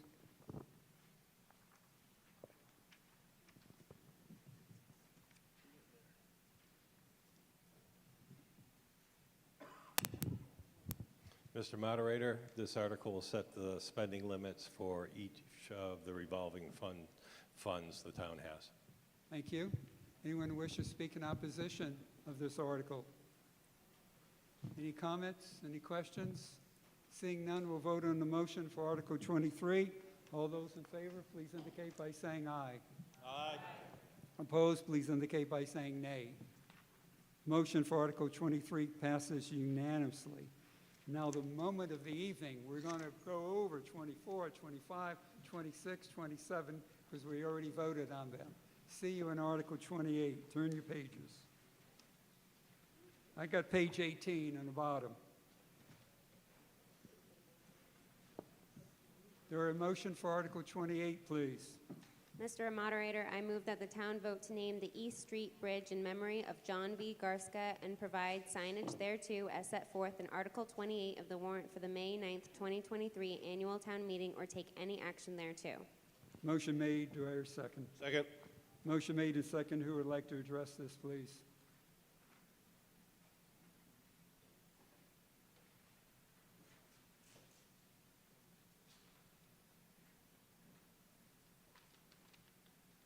Thank you, Mr. Moderator. Mike Parento, 24 Cold Spring Road. And John was my father-in-law and pretty much my second father. So I'm up here representing his family, proudly representing them in this request. When I first met him back in 79, 80, back in 79, Southampton wasn't as young a community as it is now. And a lot of the older senior citizens here probably know about John. But there's a lot of folks here that probably don't. So if you'll allow me to give them a little history, I'd like to. John grew up in Southampton on a farm located on Cold Spring Road. He was one of 7 kids. He went to the school, at a one-room schoolhouse. It was located at the corner of Pomeroy Meadow and Glendale Road, but now it's at Conant Park. He graduated from Smith Agricultural School, 1940, with a diploma in carpentry. John was a World War II veteran, prisoner of war, Gold Star, and Purple Heart recipient. He was wounded at the Battle of Mortain, the Lost Battalion, where the battalion was on a hill surrounded by Germans. He fought in the Battle of the Bulge, where a grenade was thrown into his foxhole, and as he threw it out, it exploded. His hands were severely damaged, and he was taken prisoner there and held until the end of the war. John started out with the town in 1948. He was the only highway employee, and he had his work cut out for him. He went on to build over 60 miles of roads, and when I say built the roads, that's what he did. He didn't source out the work, and at that time, up until he retired, the highway department laid all the pipes, did all their grading, and helped with the paving of the roads. He was a very creative man, and he said, why buy something if you can make it? And throw something away? No, didn't happen. He was an old farmer at heart, and if he needed something, he would just say, wait a minute. He'd walk out to his barn, maybe a few minutes, maybe an hour or two later, he'd come back with something that would make it work. Creating a magic box was something he did for the highway. He used it on a grader to lay asphalt down to level, patch, and smooth roads in an efficient manner before they were resurfaced with oil and stone. And that became a popular item around other communities. And then there was the patch pan that was also attached to the back of a truck, and that made the tedious spring task of patching potholes easier. That was also adopted by a lot of surrounding towns. After he retired, he was available to the next superintendent, Ed Cawley, to help him as needed, and he also helped the other superintendents in surrounding towns, especially in Chesterfield. In closing, John loved Southampton. He especially loved the children of Southampton, did many things for them, freezing an ice skating rink, no cost, out of his own free will. He wasn't ever looking for praise, never tooted his own horn. So that's what we're here for. We're going to try to toot his horn. Cheers. And We humbly ask that you vote for this measure. Thank you. Anyone who wishes to speak in opposition to this article? Any comments, any questions? Seeing none, we'll vote. A motion for Article 28. All those in favor, please indicate by saying aye. Opposed, please indicate by saying nay. The motion for Article 28 passes unanimously. May I hear a motion for Article 29, please? Mr. Moderator, I move that the town vote to name the new accessible playground at Legree Field Maddie's Magical Playground in memory of Maddie Schmidt and provide signage thereto as set forth in Article 29 of the warrant for the May 9, 2023 annual town meeting or take any other action thereto. Motion made. Do I hear a second? Motion made and seconded. Who would like to address this, please?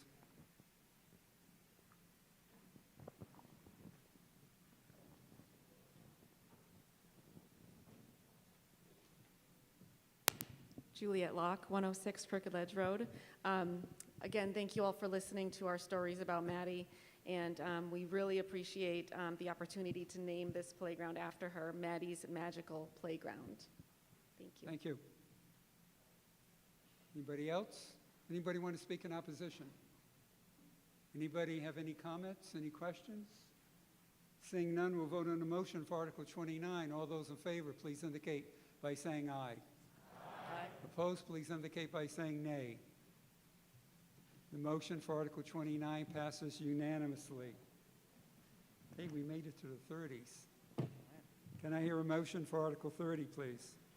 Mr. Moderator, I move that the town vote to renumber and recaption the general bylaws of the town by A, assigning a chapter article number to each of the general bylaws, B, renumbering each section of each bylaw accordingly, C, inserting chapter, article, section, and subsection titles, and D, updating internal references to reflect the new numbering system, all as set forth in the final draft of the Code of the Town of Southampton, dated March 2023, and Article 30 of the warrant for the May 9th, 2023 annual town meeting, or take any action thereto. Motion made. Do I hear a second? Second. Motion made and seconded. Who would like to speak for this?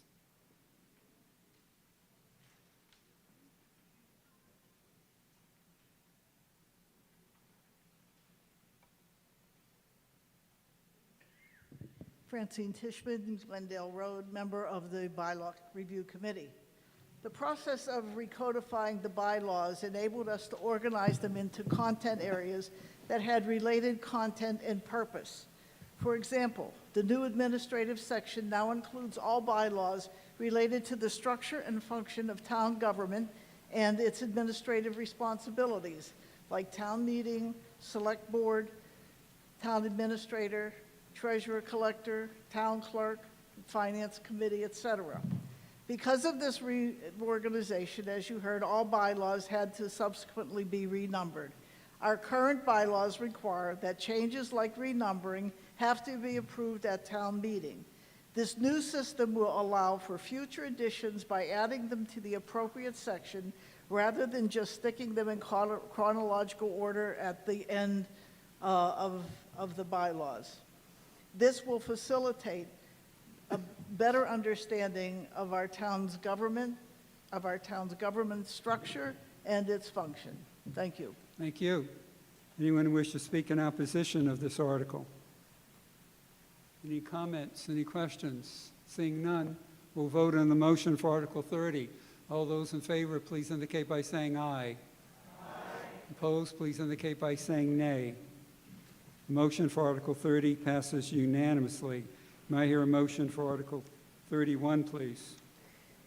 Mr. Moderator, I move that the town accept all the changes in the town's general bylaws as presented in the final draft of the Code of the Town of Southampton dated March 2023 and is set forth in Article 31 of the warrant for the May 9, 2023 annual town meeting. That's good. By the way, we're on page 30. I have a motion. Do I have a second? Second. Motion made and seconded. Who would like to address this, please?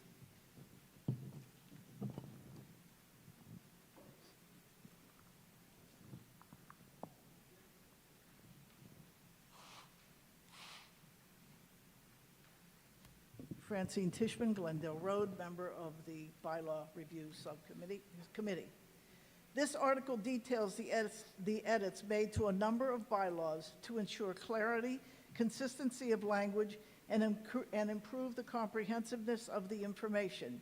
It specifies uniformity in citing state regulations, changes some wording and reverses wording like replacing permit with licensing, and corrects even some typos. I mean, some simple modifications like that. Most importantly, the revisions remove specific fines and penalties within some bylaws, like parking and fire lanes, and consolidates them into an individual bylaw that can be periodically updated by changing one bylaw, as opposed to having to go through this process for each individual bylaw that imposes a fine or a penalty. That new chapter is referred to as Chapter 203F. I just wanted to make certain that everyone understands that this article does not make substantive changes to any of the existing bylaws. It only makes restatements in clearer language to ensure that everyone understands. Thank you. Thank you. Anyone wish to speak in opposition of this article? Any comments, any questions? Seeing none, we'll vote on the motion for Article 31. All those in favor, please indicate by saying aye. Opposed, please indicate by saying nay. The motion for Article 31 passes unanimously. May I hear a motion for Article 32, please? Mr. Moderator, I move that the town vote to amend the Southampton zoning map, ZBL Section 3-B, by changing the zoning designation of a parcel of land consisting of 14.7 plus or minus acres and located at the southwest corner of College Highway and Valley Road, also identified on Assessor's Map 39, Parcel 26, and is shown on a plan prepared by Heritage Surveys Incorporated. Proposed zone change area, Industrial Park, parentheses, I-P, to Commercial Highway, parentheses, C-8, Map 39, Parcel 26, Eugene Labrie, College Highway and Valley Road, Southampton, from the present zoning designation of Industrial Park I-P to Commercial Highway C-8. Motion made. Do I hear a second? Second. Motion made and seconded. Who would like to address this, please?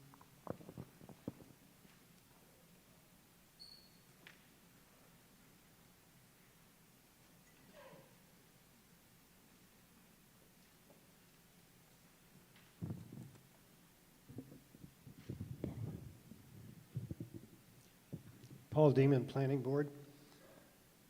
On February 15th this year, the Planning Board held a public hearing for this zone change request. And after listening to the proposal, the board deliberated and voted in favor of the change. And reasons being, particularly, we see it as an economic development move for the town. It has been in industrial for pretty close to 25 years with no development, obviously, probably due to the lack of infrastructure, mainly sewer.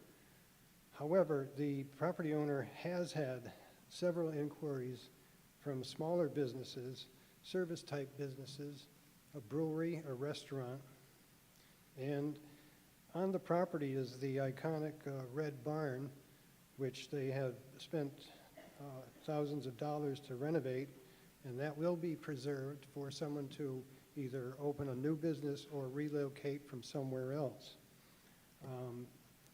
We're asking the town to approve this so it will increase employment opportunities, business in a highway business district per se, and I know it's a beautiful area and a gateway to town, and it is ideal for some small businesses to come and open up shop rather than a truck depot or something, a large manufacturing plant, which is probably out of the question these days. The industrial age is behind us. So I'd ask for the town's approval on this. Thank you. Anyone wish to speak in opposition of this article? Any comments, any questions?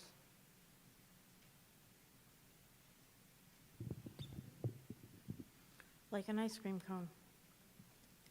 Yeah. Tammy Walunas, College Highway, Southampton.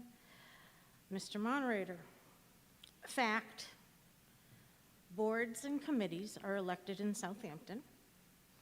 Fact, 2019, number 298 College Highway paid taxes of $8,970.58. In 2019, 22 Pomeroy Meadow condominiums, 31 of them, paid $105,726.74. Fact, 2023, 298 College Highway taxes paid $10,976.75. Fact, Parsons Village proposed 30 single-family 55 and over condos with 4 affordable housing units being in it. Lowball cost $30,000, which would be taxes of $4,299. 40 units, that's $171,000, 960. So 171,960 in revenue to the town. Fact, this project and many others have been voted down, and I'm questioning, with all of these business opportunities and developments coming into town, how are we expected to cover this override? Well, that revenue to the town would have been half of that. I highly recommend that we vote yes to change so we can get more businesses in town, please. Thank you. Thank you for your opinion. Anyone want to speak in opposition? Any comments? Any questions? Seeing none, we'll vote. Yeah, please. Sorry. No, he's just holding his hands on his lap. I'm not speaking in favor or against. My name is Maureen Groden, 8 Sherrill Lane. I just have a couple questions. So when this land was purchased back, I assume 25 years ago, it was purchased as industrial park. And I believe at that time then a business was built on that property, and then the building, the business has since been expanded on that particular property. And now there's an interest in, I'm just asking, is the interest in now transferring it over to commercial and selling the land to people who are interested in coming into town and operating a small business? So that's what my question is. The handout, I know it might be an unofficial handout that we were given when we entered the building here. It's unofficial. It's unofficial. Says that now there are several requests of businesses that are industrial that might be interested, but then I just heard the planning board chair say that there's been no interest in industrial development, so now all of a sudden there is.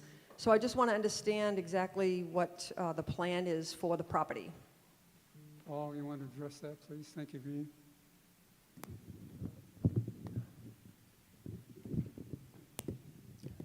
I believe I said that there was more requests for small businesses for the commercial highway than industrial.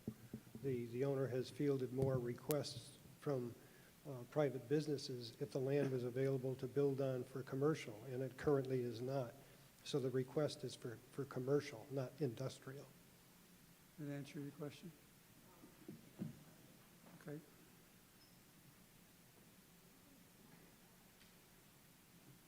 So when someone comes in front of the planning board, do they have to specify what their plans are for the property?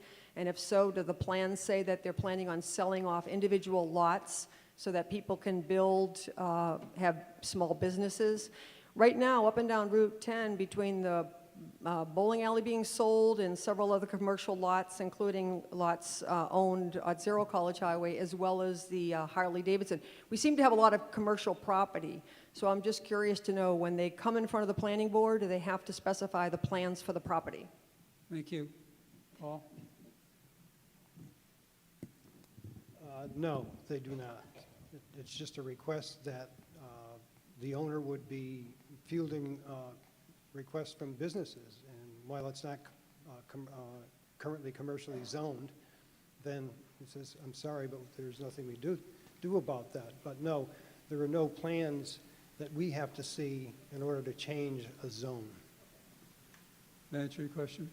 Great. Anybody else? Any comments, any questions? Seeing none, we'll vote on the motion for Article 32. All those in favor, needs a 2/3 majority for approval. All those in favor, please indicate by saying aye. Aye. Opposed, please indicate by saying nay. Nay. We need counters. What we're going to do, since the counters, please. All those who voted nay, please raise your cards.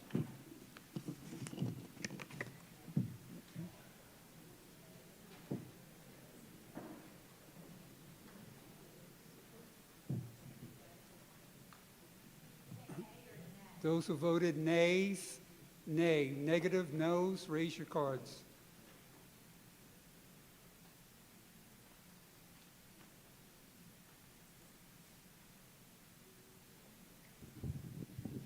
Three. 0. 1. 1. There are 5 nays. The article passes by majority, meeting its 2/3 majority requirement. And may I have a motion for Article 33, please?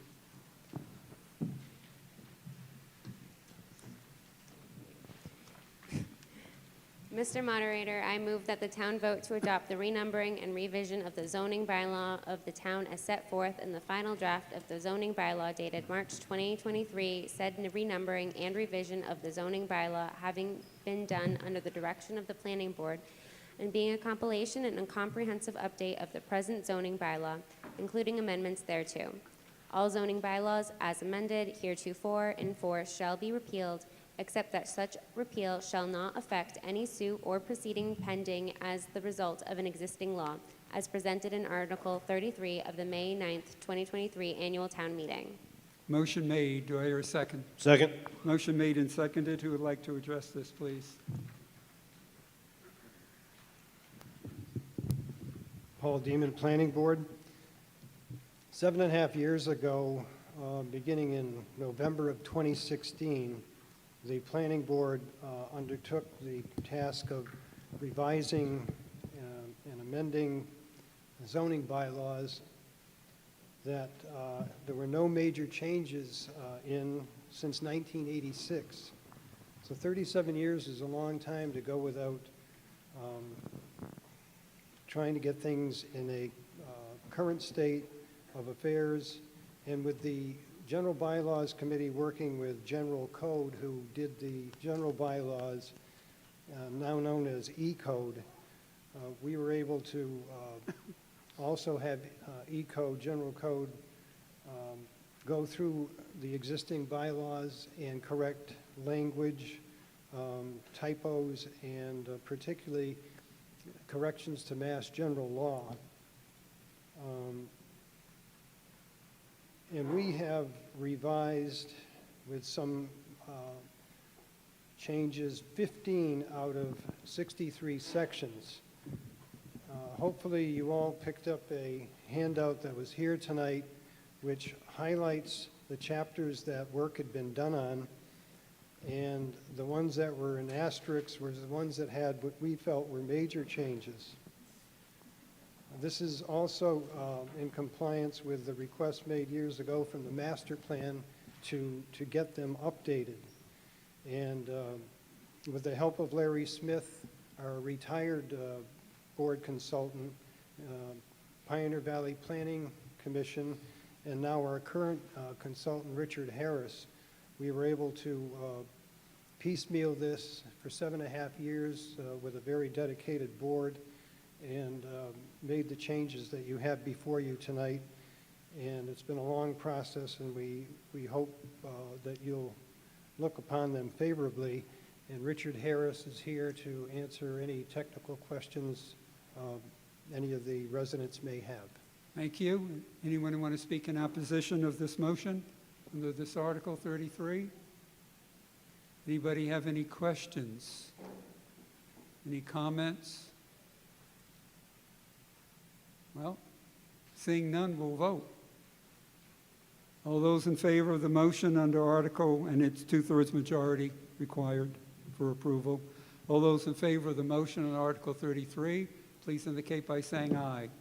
Aye. Opposed, please indicate by saying nay. The motion for Article 33 passes unanimously. Meeting our 2/3 majority. That includes our business for the night. I will entertain a motion now Motion to adjourn. dissolve our annual town meeting. Second, all in favor? This annual town meeting is dissolved. Thank you, thank you, thank you. Thanks, Ms. Lucy Dalton, our town clerk.